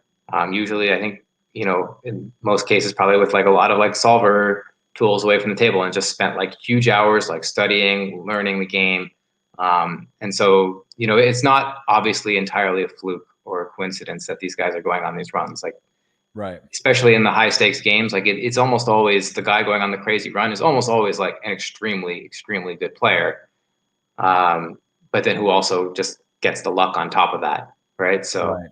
that's Yeah, the and I big mean, thing. and when you mention solvers and such, like I guess it's like too, that you could start throwing in some attributes or just skill sets where memory, board recognition. You start doing these solver type stuff, and you start saying, okay, and then it's like they might not know every iteration of every hand or board, but they like, oh, this is close. Or I remember, I'm supposed to check raise 9-4 suited on 10-3-5. With what like you start looking at these things, and they're taking these spots, and they, that I think it is fair to say, and what I hear you saying is, yeah, it's not luck that there is this top echelon. These are guys that are doing work. You are working, you're reviewing hands. You're not just talking with your crew, but you are plugging in hands. You're looking at results. You're running equities and doing these type of things. So I guess my next question would be, when you say I haven't been doing the work, or I am doing the work now, you're obviously at the top of your game. You finished second in a leaderboard on the big series. You've had great results. You've won major tournaments. You've done work. What is work for you? What is a typical ratio of playing versus studying? And when you do study, what are you doing? Like, what type of work are you doing to improve your game? Um, Without so giving the secret sauce, but just yeah, kind yeah, of. no, it's changed a lot over the years, right? So back in the day, it was just playing a lot of poker, right? Like, it was playing a lot and then talking hands with people, and that's really all it was, in terms of strategy. I mean, you look at whatever tools we had available, you'd certainly like study, but they were a lot more limited and not nearly as So there's always been training sites. There's always been a lot of resources available, and as poker has grown and we've gotten more sophisticated, the amount of resources, the amount of tools available there's become a lot more of it, and they've become a lot more sophisticated. So these days, yeah, I mean, most of the work, I think, is, for the best players anyways, is in playing around with solvers, trying to learn how to play different hands, solve hands that whenever you play a hand that you weren't sure about, like, you can run it through the solver and see what the strategy was supposed to look like, see what you're supposed to do with your hand. But there's huge levels of like depth and detail you can go into, right? Like, just like looking up a hand and saying, okay, I was supposed to do this, like, that's not a huge amount. Like, I think the best players that are able to like look at these outputs and say, okay, this is what my whole strategy looks like, this is what my range is, his range is, and they're able to sort of internalize these concepts, because you can't memorize all the stuff, right? It's not about like who can memorize the most charts. It's about like who can you know, there's some stuff you have to memorize, obviously. There's a lot of stuff you have to memorize, but there's also a lot of just like learning general concepts, understanding, okay, like in this situation, my strategy is going to look like this, and ideally understanding like why, because I have, this range advantage or whatever, like just understanding what the ranges look like and understanding the whys, I think is what the best players are able to do more so. And then they're able to sort of figure it out in game because they understand conceptually what the strategies look like. Right.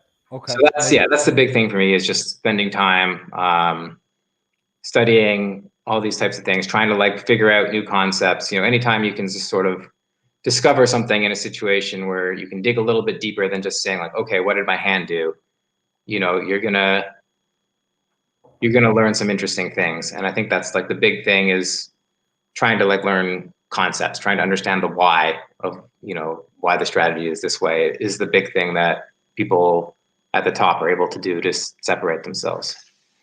And what do you think about the knockout bounty type tournaments these days? Because this has become a large part. It makes sense for the sites. It recycles the money more. If it's a 500 or 1K buy-in and you get 250 a knockout, and it's progressive, and all of a sudden the buy-in is still big, but it's sort of not as, people are getting rebates. Where do you feel about this? Do you think there's too much of this? Do you like this? Do you think this is what poker needs to have new interactive or, engaging formats? And, do you like that stuff? Do you like just pure freeze outs? What's your thought on these?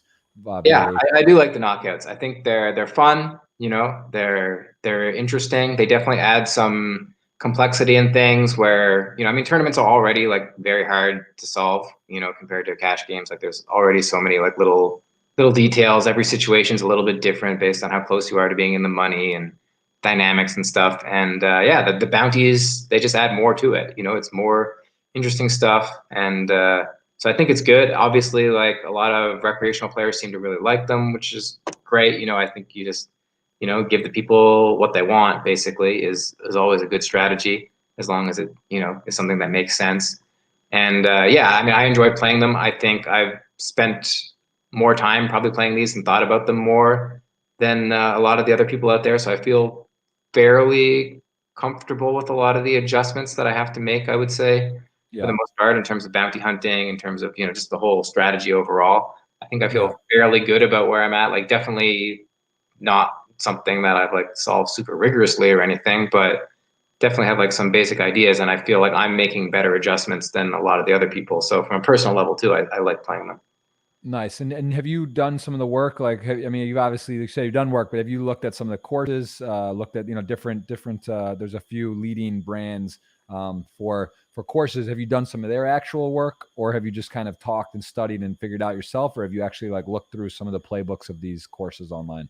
I've never really been big on like the online courses and like videos, like learning tools and stuff like that. Probably to my detriment, to be honest. But I've always had like such a good circle of friends that I can bounce things off of, talk strategy with. That's always sort of been my main avenue of improving. And now that we have so many tools that you can just really go through, like I'd rather just go back to like the first principles, like, solve something if I can. Sometimes there's things, obviously, like a lot of situations still that the tools don't entirely apply to, or aren't going to be able to give you a comprehensive answer. But generally speaking, I would rather just go to like, the solvers and say, okay, like, what am I supposed to be doing here? Like, what's, it's not like an opinion. It's like, this is the right answer,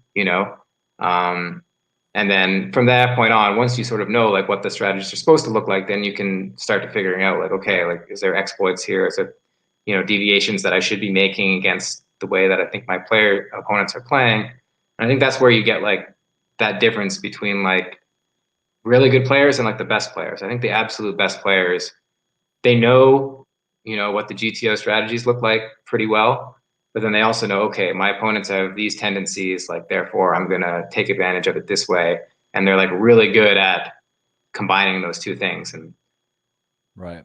Well, I think that's why poker's so fun, because I was doing the commentary for just online with the whole cards up. You can't get more recent than the 100K WPT Party Poker. Watching Adamo, who's regarded as one of the best at the moment.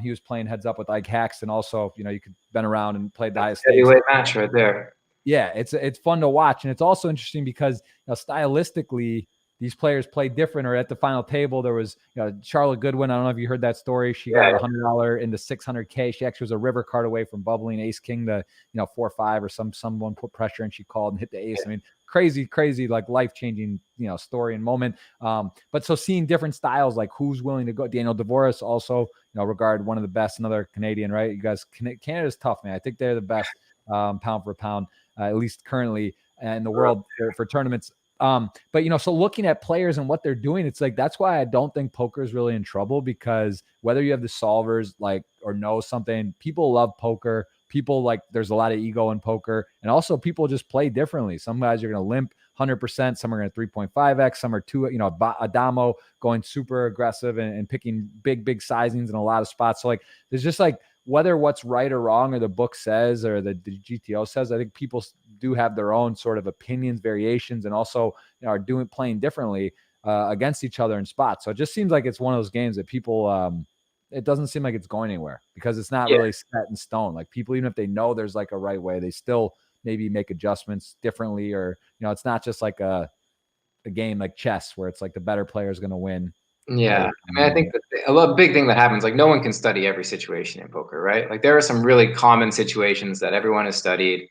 And then, most people play those situations very similarly, plus or minus some small amount. They've got the same general idea. But then once you get into the more unusual situations, people can't study all these weird sidelines, There's just not enough time to study every possible, action sequence that can happen in depth. So then you get back and you always end up playing poker at some point. There's always something where you're well, I don't really know what the strategy is here. I have a general idea, I can figure it out, but you might be better off in that situation thinking well, what is my opponent thinking here? When he doesn't know where he is, how is he going to react? What's he going to be thinking? Is he someone who's going to get confused and just shut down and play really straightforward? Is it someone who's going to just always try to blast his way out when he gets into a tough spot?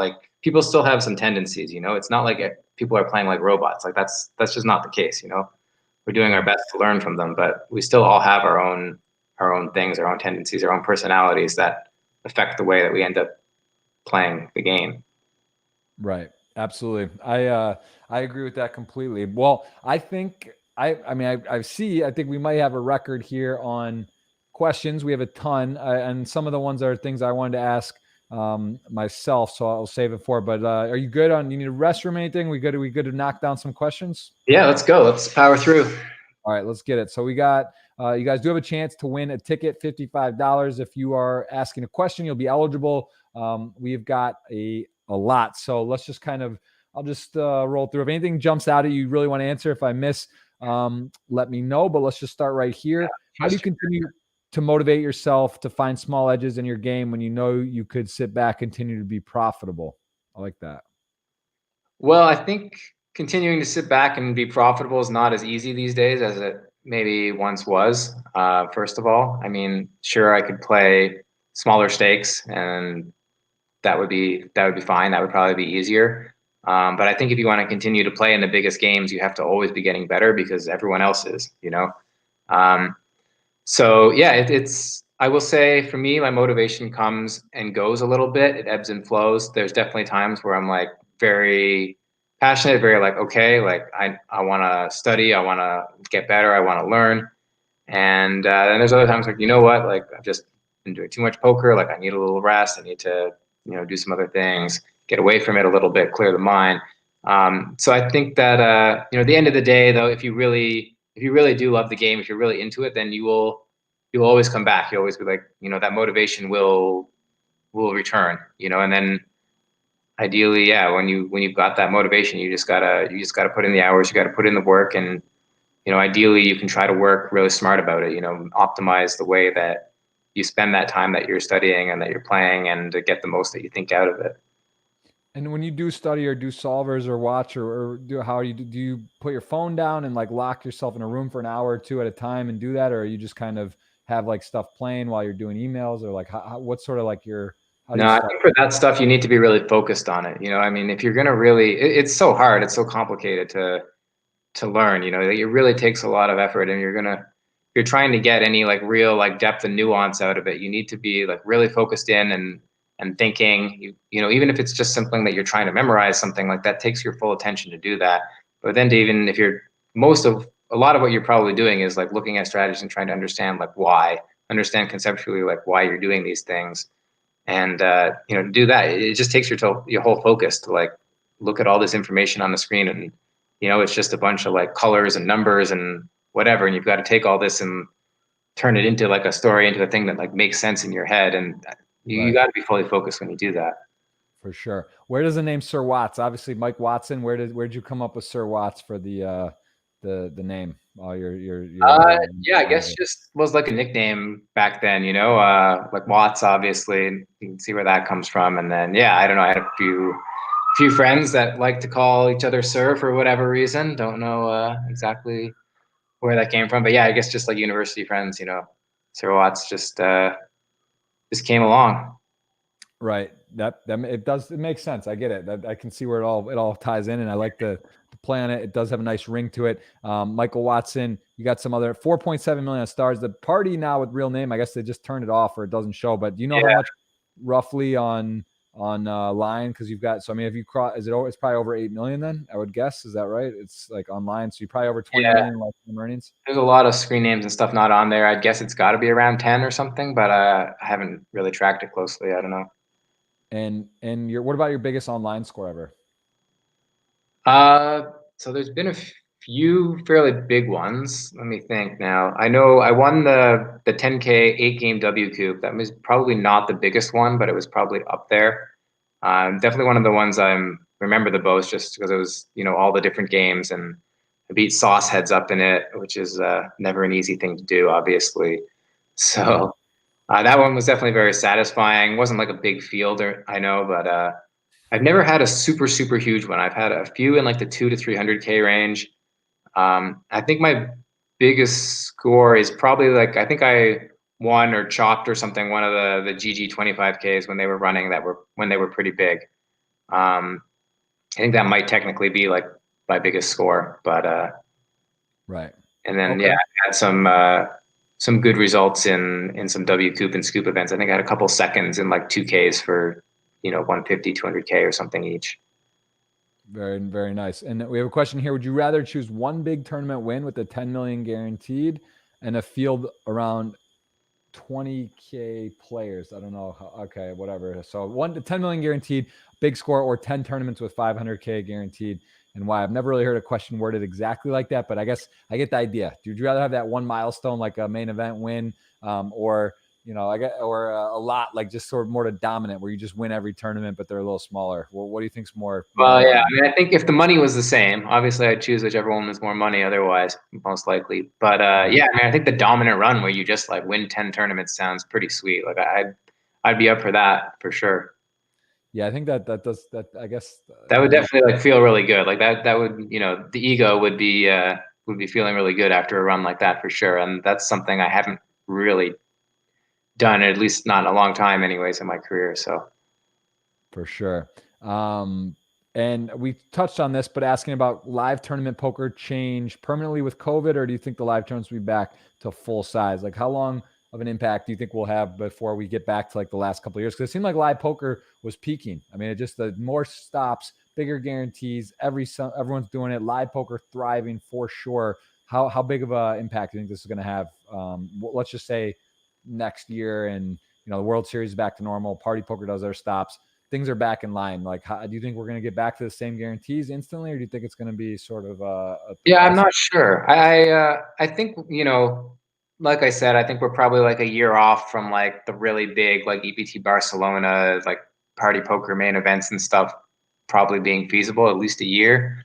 Um, or more realistically a year. I mean, I guess there's some ways that we could get lucky before that, but um, you know, I don't. I think there'll be. Yeah, I think there people want to get back to live poker is my guess. You know, I imagine, you know, people are enjoying the online. They're fun, but I think there's going to be a lot of people who, you know, don't normally play online, who jump into it, play for a while, and enjoy it for a while, but then eventually get frustrated because they're losing or just get sick of it or whatever. But I think when live poker comes back, people are going to embrace it as long as they feel safe, as long as, you know, there's still big tournaments. I think there's going to be a lot of people who want to get back out there because there's nothing quite like it. It's a lot of fun, and being in that big room with all the players, and when you do run deep in like a big live tournament, there's no other feeling like that. Like even online, it's hard, when there's TV cameras around, when there's the live stream, when there's all this attention, like it's something very different from anything that happens to you online. That's kind of special. Absolutely. No question about that. What a question here about book to improve or a site like, so solver work it's a different level of stuff. I think it's actually a little less. It sounds super intimidating to run PO and get in there and plug some hands. And it's one of those things you just kind of got to learn, right? You get it and then you can sort of do it. But so someone at home that's maybe looking to play like $5, $10, $20, $50 tournaments, they just want to improve. They want to get some basic info. Do you have any book recommendations and or site to sort of study, or how would you recommend to the casual rec that wants to improve? Yeah, I'm not really sure what the best instructional books are these days. I will say they're definitely a bit outdated, but I really enjoyed the Harrington on Hold'em Volume 1 back in the day. That was definitely one that I think I got the most out of. It also depends on the person. I think if your background is very like academic and math and stuff, there are some more technical books out there that are great, or that we'll learn. But I don't think that those are necessarily going to be what most people are into or looking for. They're not going to be the best way for the average person to learn necessarily. So, Right. yeah, I would say definitely look at some of the training sites. I don't really know which ones are the best, but I know, Run It Once, some of these sites that have really good, like well-known, well-respected pros who've been, beating the biggest games for a long time. Those things are great, definitely as you get more advanced. In terms of like beginning, I'm not sure. Like, there's got to be good video content out there that's more developed at beginning players, because I think it's important to realize that like the best players aren't necessarily the best teachers. Like they're the only ones that can teach you the really advanced stuff. But when you're learning the basics, like you don't need, the best in the world. You just need, like, if you're learning chess, you don't need some grandmaster to teach you like how the pieces move, right? Like Right. you can have some like average player like teach you up to a certain point. So, and it's more about like how they present the information, how they're able to like connect and communicate with you. So I'm honestly not sure, but I would definitely like look out. Hopefully there's some recommendations and stuff out there for that type of content on training sites, because I know that's not like, that's something that these sites are aware of, and I'm sure they have good content of that type. Right.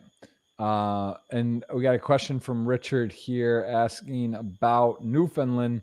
Newfoundland, do you ever go back? There's players here that would love to meet you. There's a strong community there apparently of poker, which makes sense. Are you in touch with any of that? Do you ever go back? Do you get stopped in the street when you're back? Do you sign autographs? Are you well known there? Like, are you sort of like is there any other big name players that are from there? Not a lot of other big name players. I know there's Danny Noseworthy. There's a guy was grinding MTTs for a while. I don't know if he's still keeping it up as much these days or not, but he was definitely a guy who on Twitch as well for a bit. Yeah, really nice guy. He was a good player. I don't know if he's still playing as much. I think he's got a family or something that's more of a priority now, if I'm not mistaken. But yeah, I'm not recognized in the street or anything like that. But definitely, I think I'm a little bit known. Like, certainly there was like articles in the newspaper and stuff, and I think it's often. I've definitely like received the comment, okay, oh, you're the poker player like that I've heard about or whatever. At least like back when some of my more bigger successes were more recent anyways. So yeah, I try to get home once a year, basically. It doesn't always happen, unfortunately. And especially now, like it's probably not going to happen this year, or maybe for a little while, which I'm sad about. But my parents still live there for 9 months of the year, basically. And so that's still, my roots. I still have friends there. I've definitely met like some Newfoundland poker players and stuff, but in general, the time I have home is there's just so little of it, and there's so many people that I need to see that I've never really had much time to like go down and like meet people in the poker community and stuff like that. So maybe one of these times I'll be able to. We need a meet and greet at the local Newfoundland club. I think you should do a stop in at some point, organize it, and have a give a little hello. That'd be fun. But I get it. Yeah, it's hard. You're right. You get home, you have time, you have family, friends, and it's like it's just as we get older, I think we realize that is the obvious thing. Time is the most important, and there's not just unlimited to do whatever whenever. But yeah, so we got a request. They're looking for you to pop in there. So just keep it in mind for that. Richard is asking. What about No Limit Hold'em, other games in NLHE? Some cool stories about 8 games. So you've won some W Coops. You play 8 game, obviously, in the games. What's your best game outside of No Limit Hold'em? Well, right now with the whole short deck craze, I think short deck's probably my second best game for sure. It's mostly for me. I think the big bet games are the ones where I'm stronger in. So I played a lot of PLO. I think even like the games like No Limit Single Draw, Low Ball, stuff like that. I think I just, because I'm mostly a Hold'em player, I think I just understand like big bet concepts really well for the most part, and I'm able to pick up those games quickly. So those games I'd say are my strongest, and then the limit games I have, some variations that I'm a little bit better than others, some that I've spent more time on than others. I'm generally still learning. I honestly, every time I play, I feel like I'm just still learning things, getting better in all those games, because it hasn't been as big of a priority for me to learn new games for the last few years. Right. And so PLO though, you like PLO? That's a fun Yeah, one. yeah, for sure. And someone's asking about the future of your life. That's a pretty big question. Let's say I did see another one though. What would you like to, if you weren't playing poker, what do you believe you would be getting into these days, or what's some interest now if you could see yourself doing other than poker for work? Yeah, so I mean, like I said, my background was in math, and if I didn't get into poker, there's a pretty good chance that I would have followed on maybe like an academic path or something related to that. I maybe could definitely have seen myself getting more into like programming and computer science and things like that as well, that are a little bit more practical and applied than just doing the pure math. But yeah, I think that's probably where I'd be, and even things related to like programming and I think poker teaches you so much about probability and statistics, and that's such a huge part of the game and of the learning that if there was something that I'd like to spend more time learning, it would be programming and statistical analysis and stuff like that. What about sports betting, daily fantasy? Does that stuff interest you? I know it's a lot of crossover. Poker guys have gotten into that. Yeah. No, I love DFS. It hasn't gone particularly well for me, unfortunately. So I keep it as like a more smaller, fun hobby for the most part these days. But that was something that I was extremely into for a few years. And yeah, I really enjoy it. I love sports. I'm a huge sports fan. Always, played a lot of sports growing up, and have always, followed the Toronto area teams and stuff like that. So Oh, nice. You had nice Raptors. That was a nice surprise. yeah, Nice. man, that was amazing. That's I was pretty sweet. excited. I skipped a few World Series events to go to a game in San Francisco that summer, in Oakland. So That's I awesome. was really excited about that, because just been following that team so closely, and I'm so into like the basketball and analytics side of it, that it's always been like a really big interest and hobby of mine as well. So just seeing like how smartly and how well they built the team over all these years, all the moves they made, like I was so fucking pumped when they won. That's awesome. Yeah, I don't want to go down a rabbit hole. I'll just say a hobby I've gotten into in the last 2 years, picked back up big time, is sports cards and collecting. And it's a pretty interesting industry. I think you might have fun with that because of all this kind of similar principles with, looking at upside and cards and some of your favorite players and reliving maybe childhood memories, also new players and stuff. It's sort of got that element of luck and skill, and you're betting on in a way on how the players are going to progress and pick up some cards and whatnot. So I don't know, just a random thought, but if you want to know more about it, I've gotten pretty into it, and Cool. definitely have some suggestions. And I think it's a fun hobby, that's for sure. Yeah. So current site of choice. What's your current site of choice? Give me a breakdown volume. I know you mentioned basically a few. What sites do you like and why do you play on? Yeah, so right now for me, it's GG, Party, and PokerStars. That's about it. Yeah, I haven't really played anything, I don't think, on another site for a while now, although when there are like special events or whatever, I'll often pop in for them. But yeah, I enjoy all of them. For the highest stakes right now, it's just so much is based on GG, it seems. That's where the biggest tournaments are. That's where the high rollers are. So I end up playing a lot there. I don't know if I really have a favorite. I think all three have their ups, and they have the positives, they have their negatives. None of them are perfect. But I think they're all really solid options, and yeah, that's my recommendation, I guess. There you go. Got another question. Which level do you recommend for GTO? So I guess, if you're playing the lowest stakes, is that something you recommend to just always understand GTO and then deviate accordingly? Or do you think there's like a certain point where would make you just don't need to play GTO or understand it? Yeah, I'd actually probably recommend not getting too into GTO too early. I think to really like be able to like you have to. I should have mentioned this earlier. I meant to, but to actually like study these like solver lines and stuff and really understand what's going on, you need to already be a really good poker player. That's I think the biggest thing that maybe people don't understand necessarily. Like in order to get a lot out of studying this stuff, you need to like understand a lot of poker concepts already. So I would recommend, you know, trying to get access to some stuff if you can. Pre-flop charts and things are always like really helpful when you're a beginner. So anything like that can, just cut out some of the guesswork for you. It's really nice. But I think there has to be a stage where you sort of learn the old-fashioned way. You start hopefully watching some of the more advanced like video content, picking up concepts and things that way, because you need to be able to understand and think about poker on a high level already in order to make the most out of studying this stuff. Otherwise, you're just, like I said, you're just kind of staring at numbers and charts and whatever, but it doesn't mean anything to you. You need to be good at poker to make all these patterns and things pop off the screen and be meaningful. Makes a ton of sense. Got a question here about, let's see, we got Ivan asking, can you imagine your life without poker? It seems that you have won enough for one person's life, so you can do whatever you want. So playing poker must be the thing you want to do the most. So taking this question, sort of focusing it, is there a number in mind? You just love poker? If you win a certain amount, do you think you'd play less? Would it not impact you at all? Do you have some goals for that? Or is it just sort of, I saw you were number 2, I believe, GPI player of the year at one point, number 14.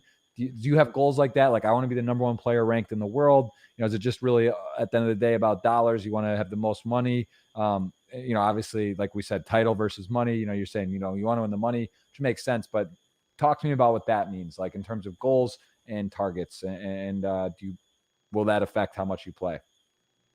Yeah, I mean, I think for me, definitely like money is the main way you keep score. That's how poker works, really.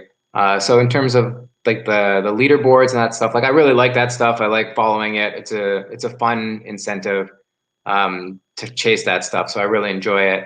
But end of the day, it's usually about trying to make the most money you can. In terms of what's enough, obviously, like you said in the question, I really do love playing poker, and it's one of my favorite things to do still. Like I try to keep a good balance, but especially right now where a lot of the things I might want to do are not necessarily on the table, spending a lot of time playing poker is great. So I'm always, like you said, poker is definitely something I want to be doing anyways. Absolutely. It would be very hard to be a successful high stakes poker player, I think, and not enjoy the game. Like I just don't know how anyone could really do that. It's so hard already. Adding in the fact that you're unhappy doing it would just seem impossible. I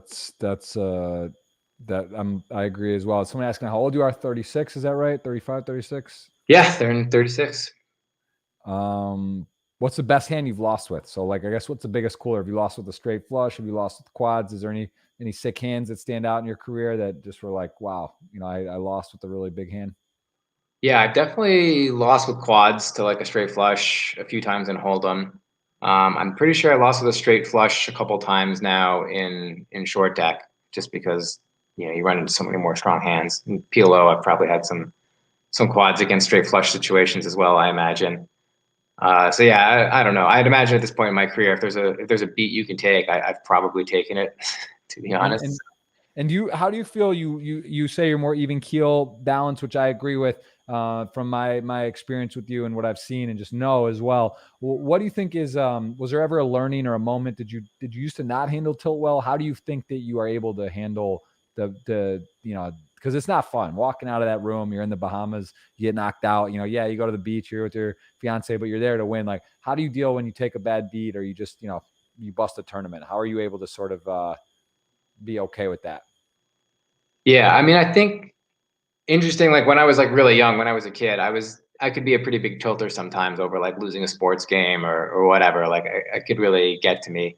Um, Definitely like a little bit more emotional, a little bit more wearing it on my sleeve. But at some point, I think after a few too many like tantrums or whatever, I kind of realized like, okay, this is counterproductive. Like it doesn't look good. Like you need to stop doing this stuff, you know? So that was a big thing. And I think I developed a more like stable, like personality for a lot of cases, at least as it came to like towards competition. Um, I think that was definitely like a lesson that I learned when I was a little bit younger. Sorry, what was the full question again? Just I was just asking about the dealing with bad beats or bad luck yeah, or yeah. luck. So I think, yeah, like I said, that stuff pulls over a lot. I think a lot of it's just experience, though. You know, when you start playing and these things are happening to you for the first time, like, or and it's not all it's all kind of new. You're still figuring it out. Like, yeah, you're gonna get upset. A lot of it is just experience, having been through it before. It's always frustrating to some extent, I think, at least for me. You know, like I'm never like over it entirely. You know, if I take a big beat in like a really high equity spot, like I'm just like, man, like this is brutal. Like, why does this happen to me? Sort of thing, to some extent, you know. Well, But I think the do- thing is like, and like you said, like walking out of the room after you bust a tournament, like I'm still just like my brain is like, angry. I'm not thinking clearly. Like when I bust a tournament and leave that room for like at least like 5 minutes, often quite a bit longer. Like it just takes some time before it like resets and you adjust. You're like, okay, this is fine. Like this is just how this game works. I don't think anyone gets over any of that stuff completely. But yeah, I would just say I don't know. I think I would, in terms of people who want to get better at this stuff. I'm not sure like what my advice would be. I think I'm someone who is naturally just more able to do it.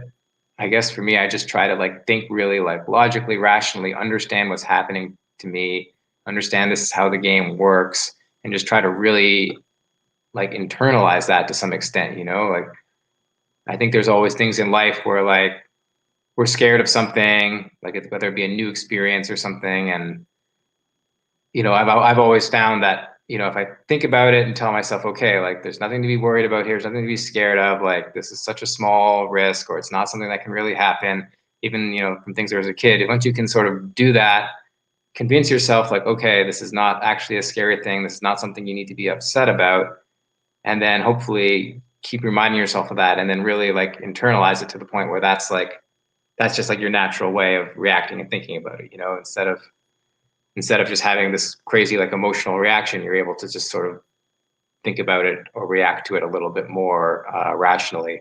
I don't know if that's something that everyone is able right. to do to the same extent, but that's I guess how I've approached it.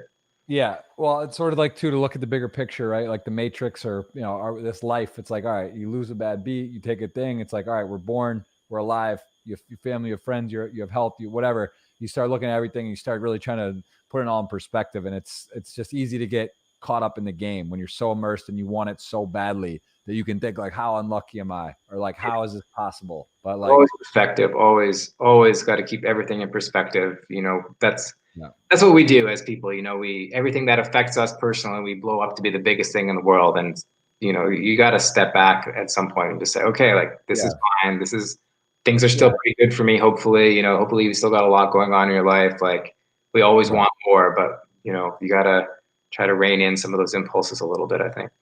Absolutely. I did actually. I was just thinking back to here. This is a hand. It might trigger your memory. It wasn't that big a deal. You end up taking second to guy actually rents out my place in Vegas, Jared Jaffe. I don't know what happened to that heads up because Jaffe gets it done to his credit, but I would have to bet my money on you there. But we got in a hand. I think it was a flip, but I flopped a set. I don't know if you remember this. I had fives. It came like 5x, and you had A7, I think, of diamonds or whatever, something. It was a flip.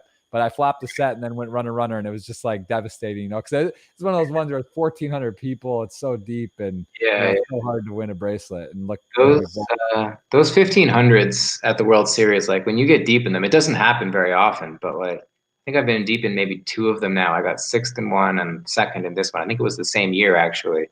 Yeah, And like, man, it's just so many people. There's such good tournaments. I mean, you can see yeah, obviously there were some good players deep in this one, but yeah. uh, they're just like, it doesn't happen, and it's so many people, and it just feels like amazing. Like it's just such a great opportunity. So exciting when you get deep in like a huge field, kind of crapshoot bracelet event. Like it's pretty awesome. So I can Yeah. understand why obviously that would stick with you a lot. Like it's Yeah, no, I mean it's funny too. I think it's so easy. I've been guilty of this. I think we all are. You start looking at hands you bust and stuff, and I think one of the biggest pieces of advice I give to people to be realistic to is it's usually not your last hand. It's the blind on blinds. It's the jams. Finding spots, keep your stack healthy, because a lot of time you bust like a coin flip or you bust ace king to ace queen. But if you have 8 or 12 blinds, that's not really where the game's won and lost, right? So it's just so easy to look at like your last hand or something.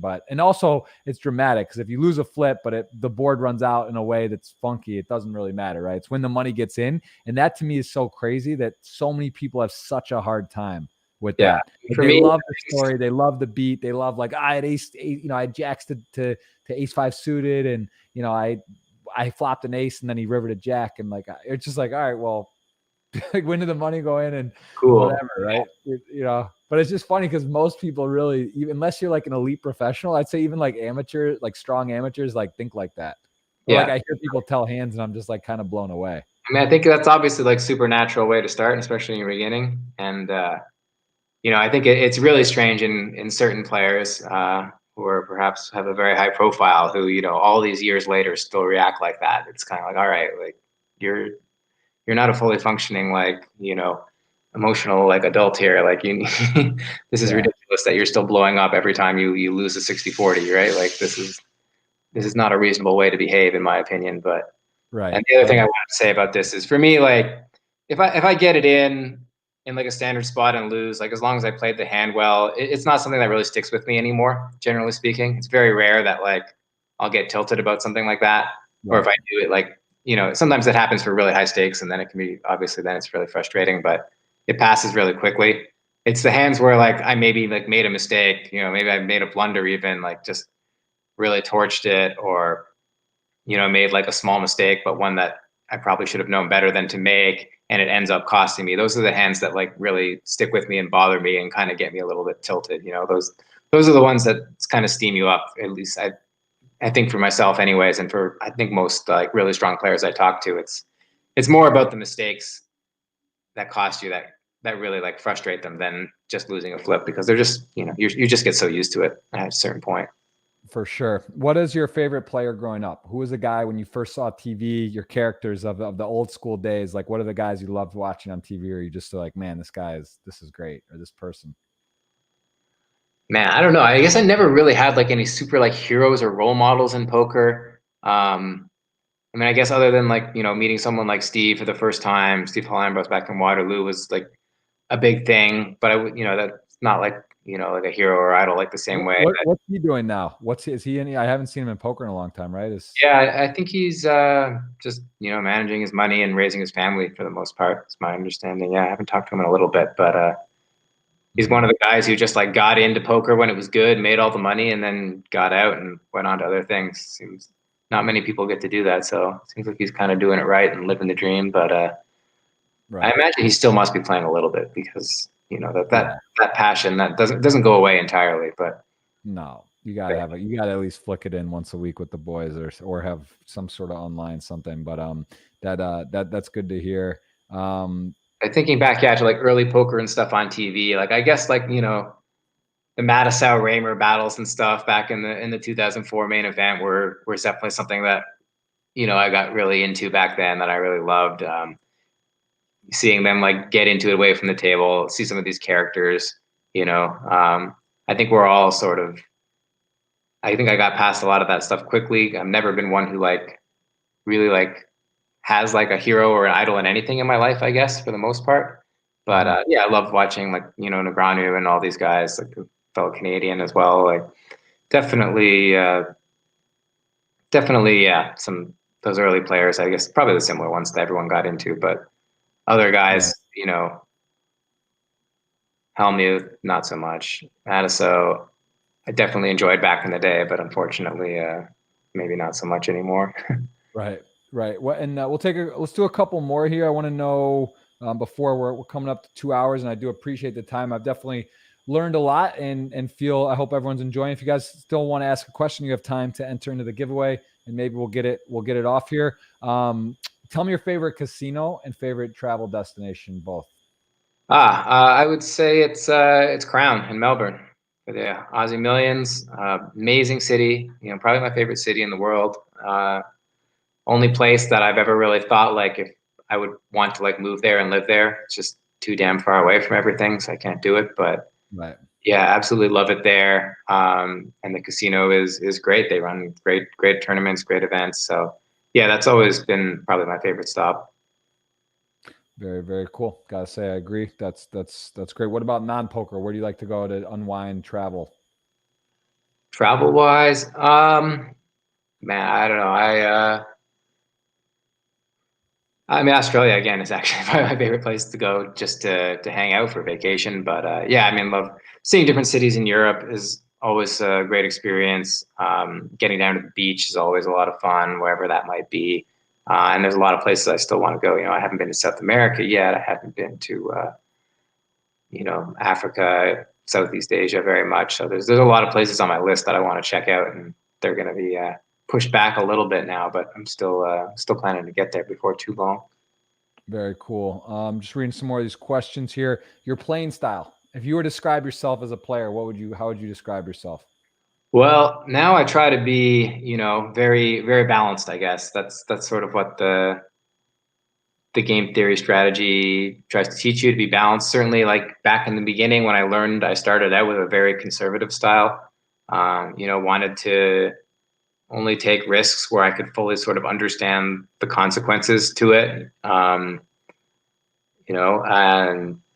definitely have evolved a lot as a player over the years, where I like to think I'm pretty balanced now and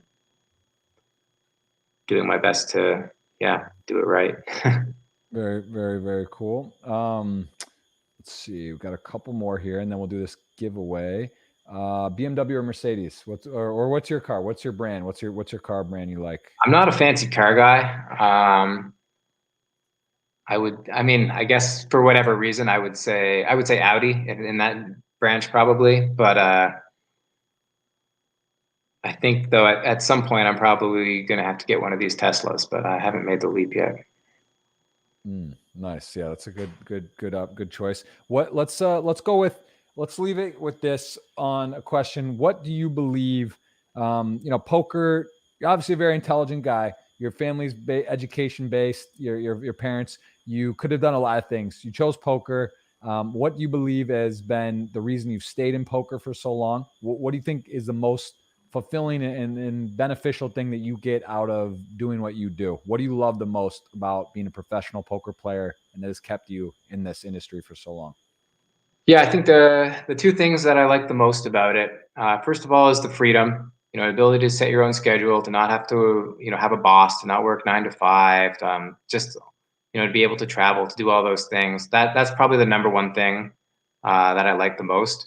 I do sometimes think that, I might be more efficient working in a more structured setting. Sometimes it can be a little bit of a downside to that as well, especially for, I think, my personality type, which isn't always as self-motivated or whatever as a lot of people maybe could be. Can easily get distracted sometimes. But the other thing for me is just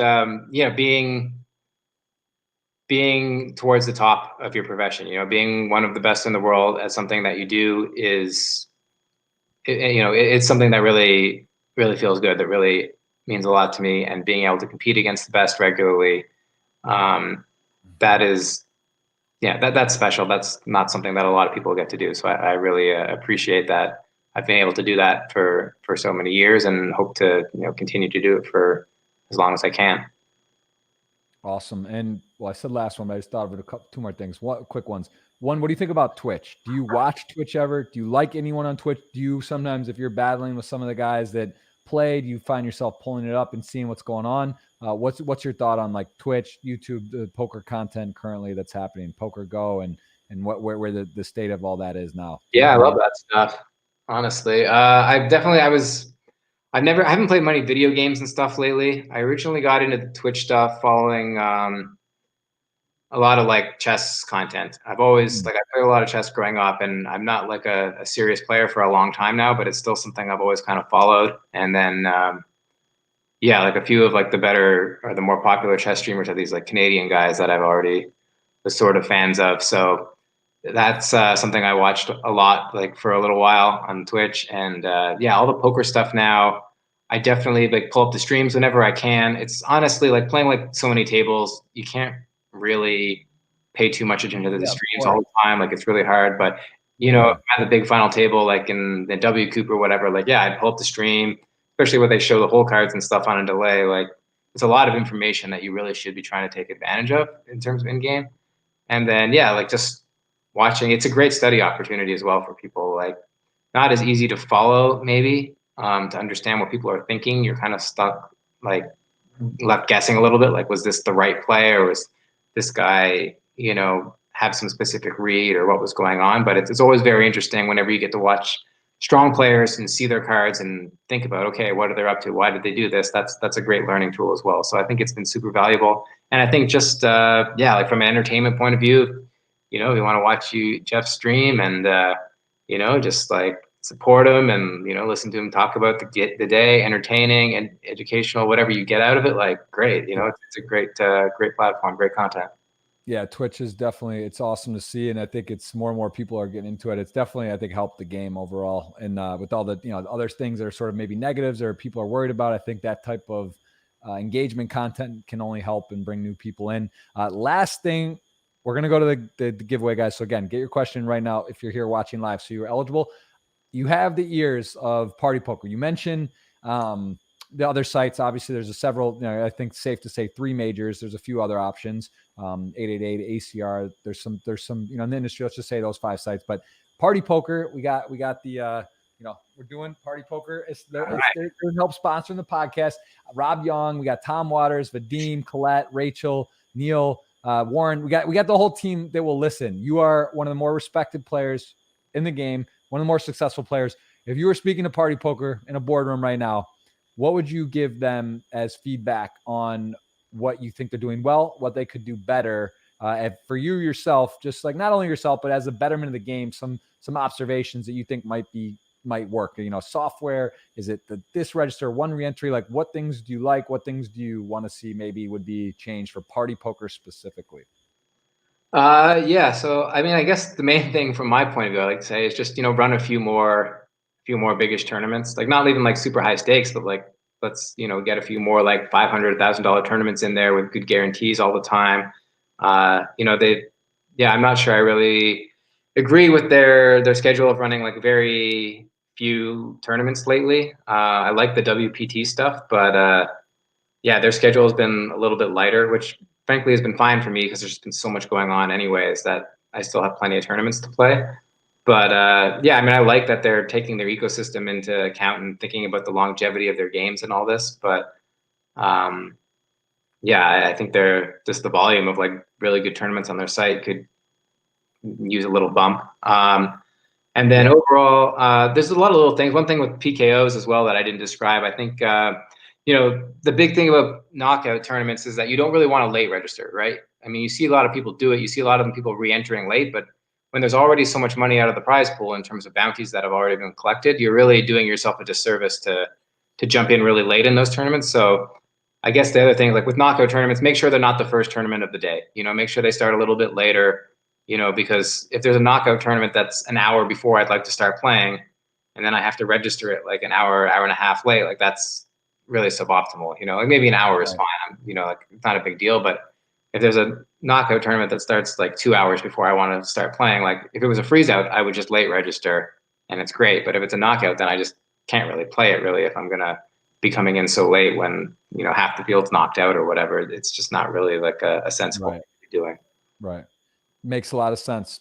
Okay, so those are good. I can just speak on. I know the schedule. Party had done a lot of stuff, and now they're just like taking a slight breather with everything. And I think you know, you will see what you want to see in terms of higher stakes and more frequently. But for sure, I think that's good feedback. And then actually I see one other question here. I'm sorry, I'm leading you on here, but favorite online MTT. What's your favorite one that's like maybe been around forever or currently, up until the last month or two? What's one you just like won't miss that's like great value and you think's good? I mean, the big one for me right now is the big 10K on GG every Sunday.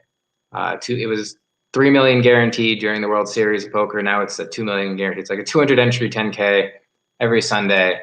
It's a big enough field, big enough guarantee that it's not just all the usual faces, right? You get a lot of players who wouldn't normally play that high. Great tournament. I've been frustrating tournament for me because I've been really deep in it 3 or 4 times now and never done better than 8th, but it's definitely one that I look forward to every week. The other thing I was going to say about party poker is I thought I heard that they're moving the Bahamas schedule online. Do you know if that's correct? Or Yep, that is going to be going on. So that'll be cool. That'll be exciting for sure to have some more big tournaments and big guarantees and all that stuff. I mean, nothing better. I will say, like the big events that Party runs online are amazing. The big guarantees, like great fields. That stuff they really get right. They do, and they really, Rob is focused. He wants to do the 1 re-entry max. He wants to try to keep it fair, try to do things that are in the best interest of long term, because it is easy to get excited and sort of looking back like the full tilt days when they're doing the unlimited re-entry and it's crazy and shit. It just kind of felt like they were tapping it too hard the well. But anyway, yeah. So with that being said, I appreciate that. I appreciate the time, the feedback. I definitely learned a lot. I hope you guys did as well. And if some questions, if you want to ask Mike via Twitter, he can see them later. I think we covered a lot of them, but guys, feel free to engage, ask, and it can't hurt. And if he gets to it, that's great. But I hope you enjoyed. And Mike, we're gonna give away this $55 ticket. So on your command, we're gonna let you roll that, and hopefully someone can take the 55 into a dream. We saw 100 into 600K from Charlotte Goodwin recently. So you never know. Maybe this will be worth 300 if you just do that math. So you never know. You never know when it's going to happen, when you're going to spin it, and you tell me when we're going to roll it. Let's hit it. Boom. Someone's got a 55 ticket. We're going to message them and we're going to thank Mike. Mike, where can people follow you? We got your Twitter here. What other, is that your main form of, let's get the winner here. So it's still loading. Wow. Loading. It's a serious, there's a lot of tweets, Mike. This is a lot of engagement. This is like we're in the tank. I got to see it. Bam. I don't think they've won before. Oh no, they have. Jamie, he's a multiple winner. Some guys have all the luck. It just happens, right? It's allowed. You can win more than once. But yeah, give me where can people follow along with your poker journey? You do blogs. You got your Twitter. We have right here. What else can people follow along with you? Yeah, the Twitter is the main thing. Definitely the thing I use the most. I did have a blog back in the day, but it's pretty inactive right now. So yeah, Twitter is definitely the easiest way to shoot me a message or whatever. And I'm not as crazy active about updating everything that I'm up to, but definitely if there's something really interesting going on, it'll turn up there for sure. Well, listen, Mike, some of us got to win all the money in poker. Some of us have to be content. We got to know our thing. I agree. You can't do it all. That's the truth. It's hard to do. I wish I could study a bit more or whatever. I think there's a pie, right? You got fiancés, wives, kids, whatever it might be. People have so much stuff. And I think that's what's cool. It's like some people, you got to know what you're good at. You got to know what you love, what's passionate, and spend your time and do your best. And I think, again, safe to say you're one of the top players in the world, a great guy, and I root for you all the time. So thank you so much for being here. And I hope, we cross paths on a live circuit soon, if not online. And I'm going to beat you in a pot at some point this year. I got a feeling I'm going to win one hand at least. So we'll see. You're a good guy, Jeff. I hope you win some pots eventually, but I'm going to keep trying to make sure they're not against me. I understand. I get it. That's how it has to work. So, all right. Well, Mike, Sir Watts in the building. Thank you so much. Podcast number 91, and we'll see you soon, man. Best of luck. All right. Thanks a lot, Jeff. Have a good one. All right, guys. That's Mike Watson. We got a podcast with Brad Gazan tomorrow. That's number 92. U.S. men's national team goalie, played in the Premier League 8 years. Teammate of mine at University of South Carolina. Can't wait to catch up with him. And we have Naza14, who pipped Mr. Watson in the leaderboard for the overall. Sorry, Mike, had to bring him on this week. We had to get the number 1 and 2 this week. And, that's it. We'll see for more podcasts. And I hope you tune in to some, and we'll catch up with you later. Thanks again. Bye.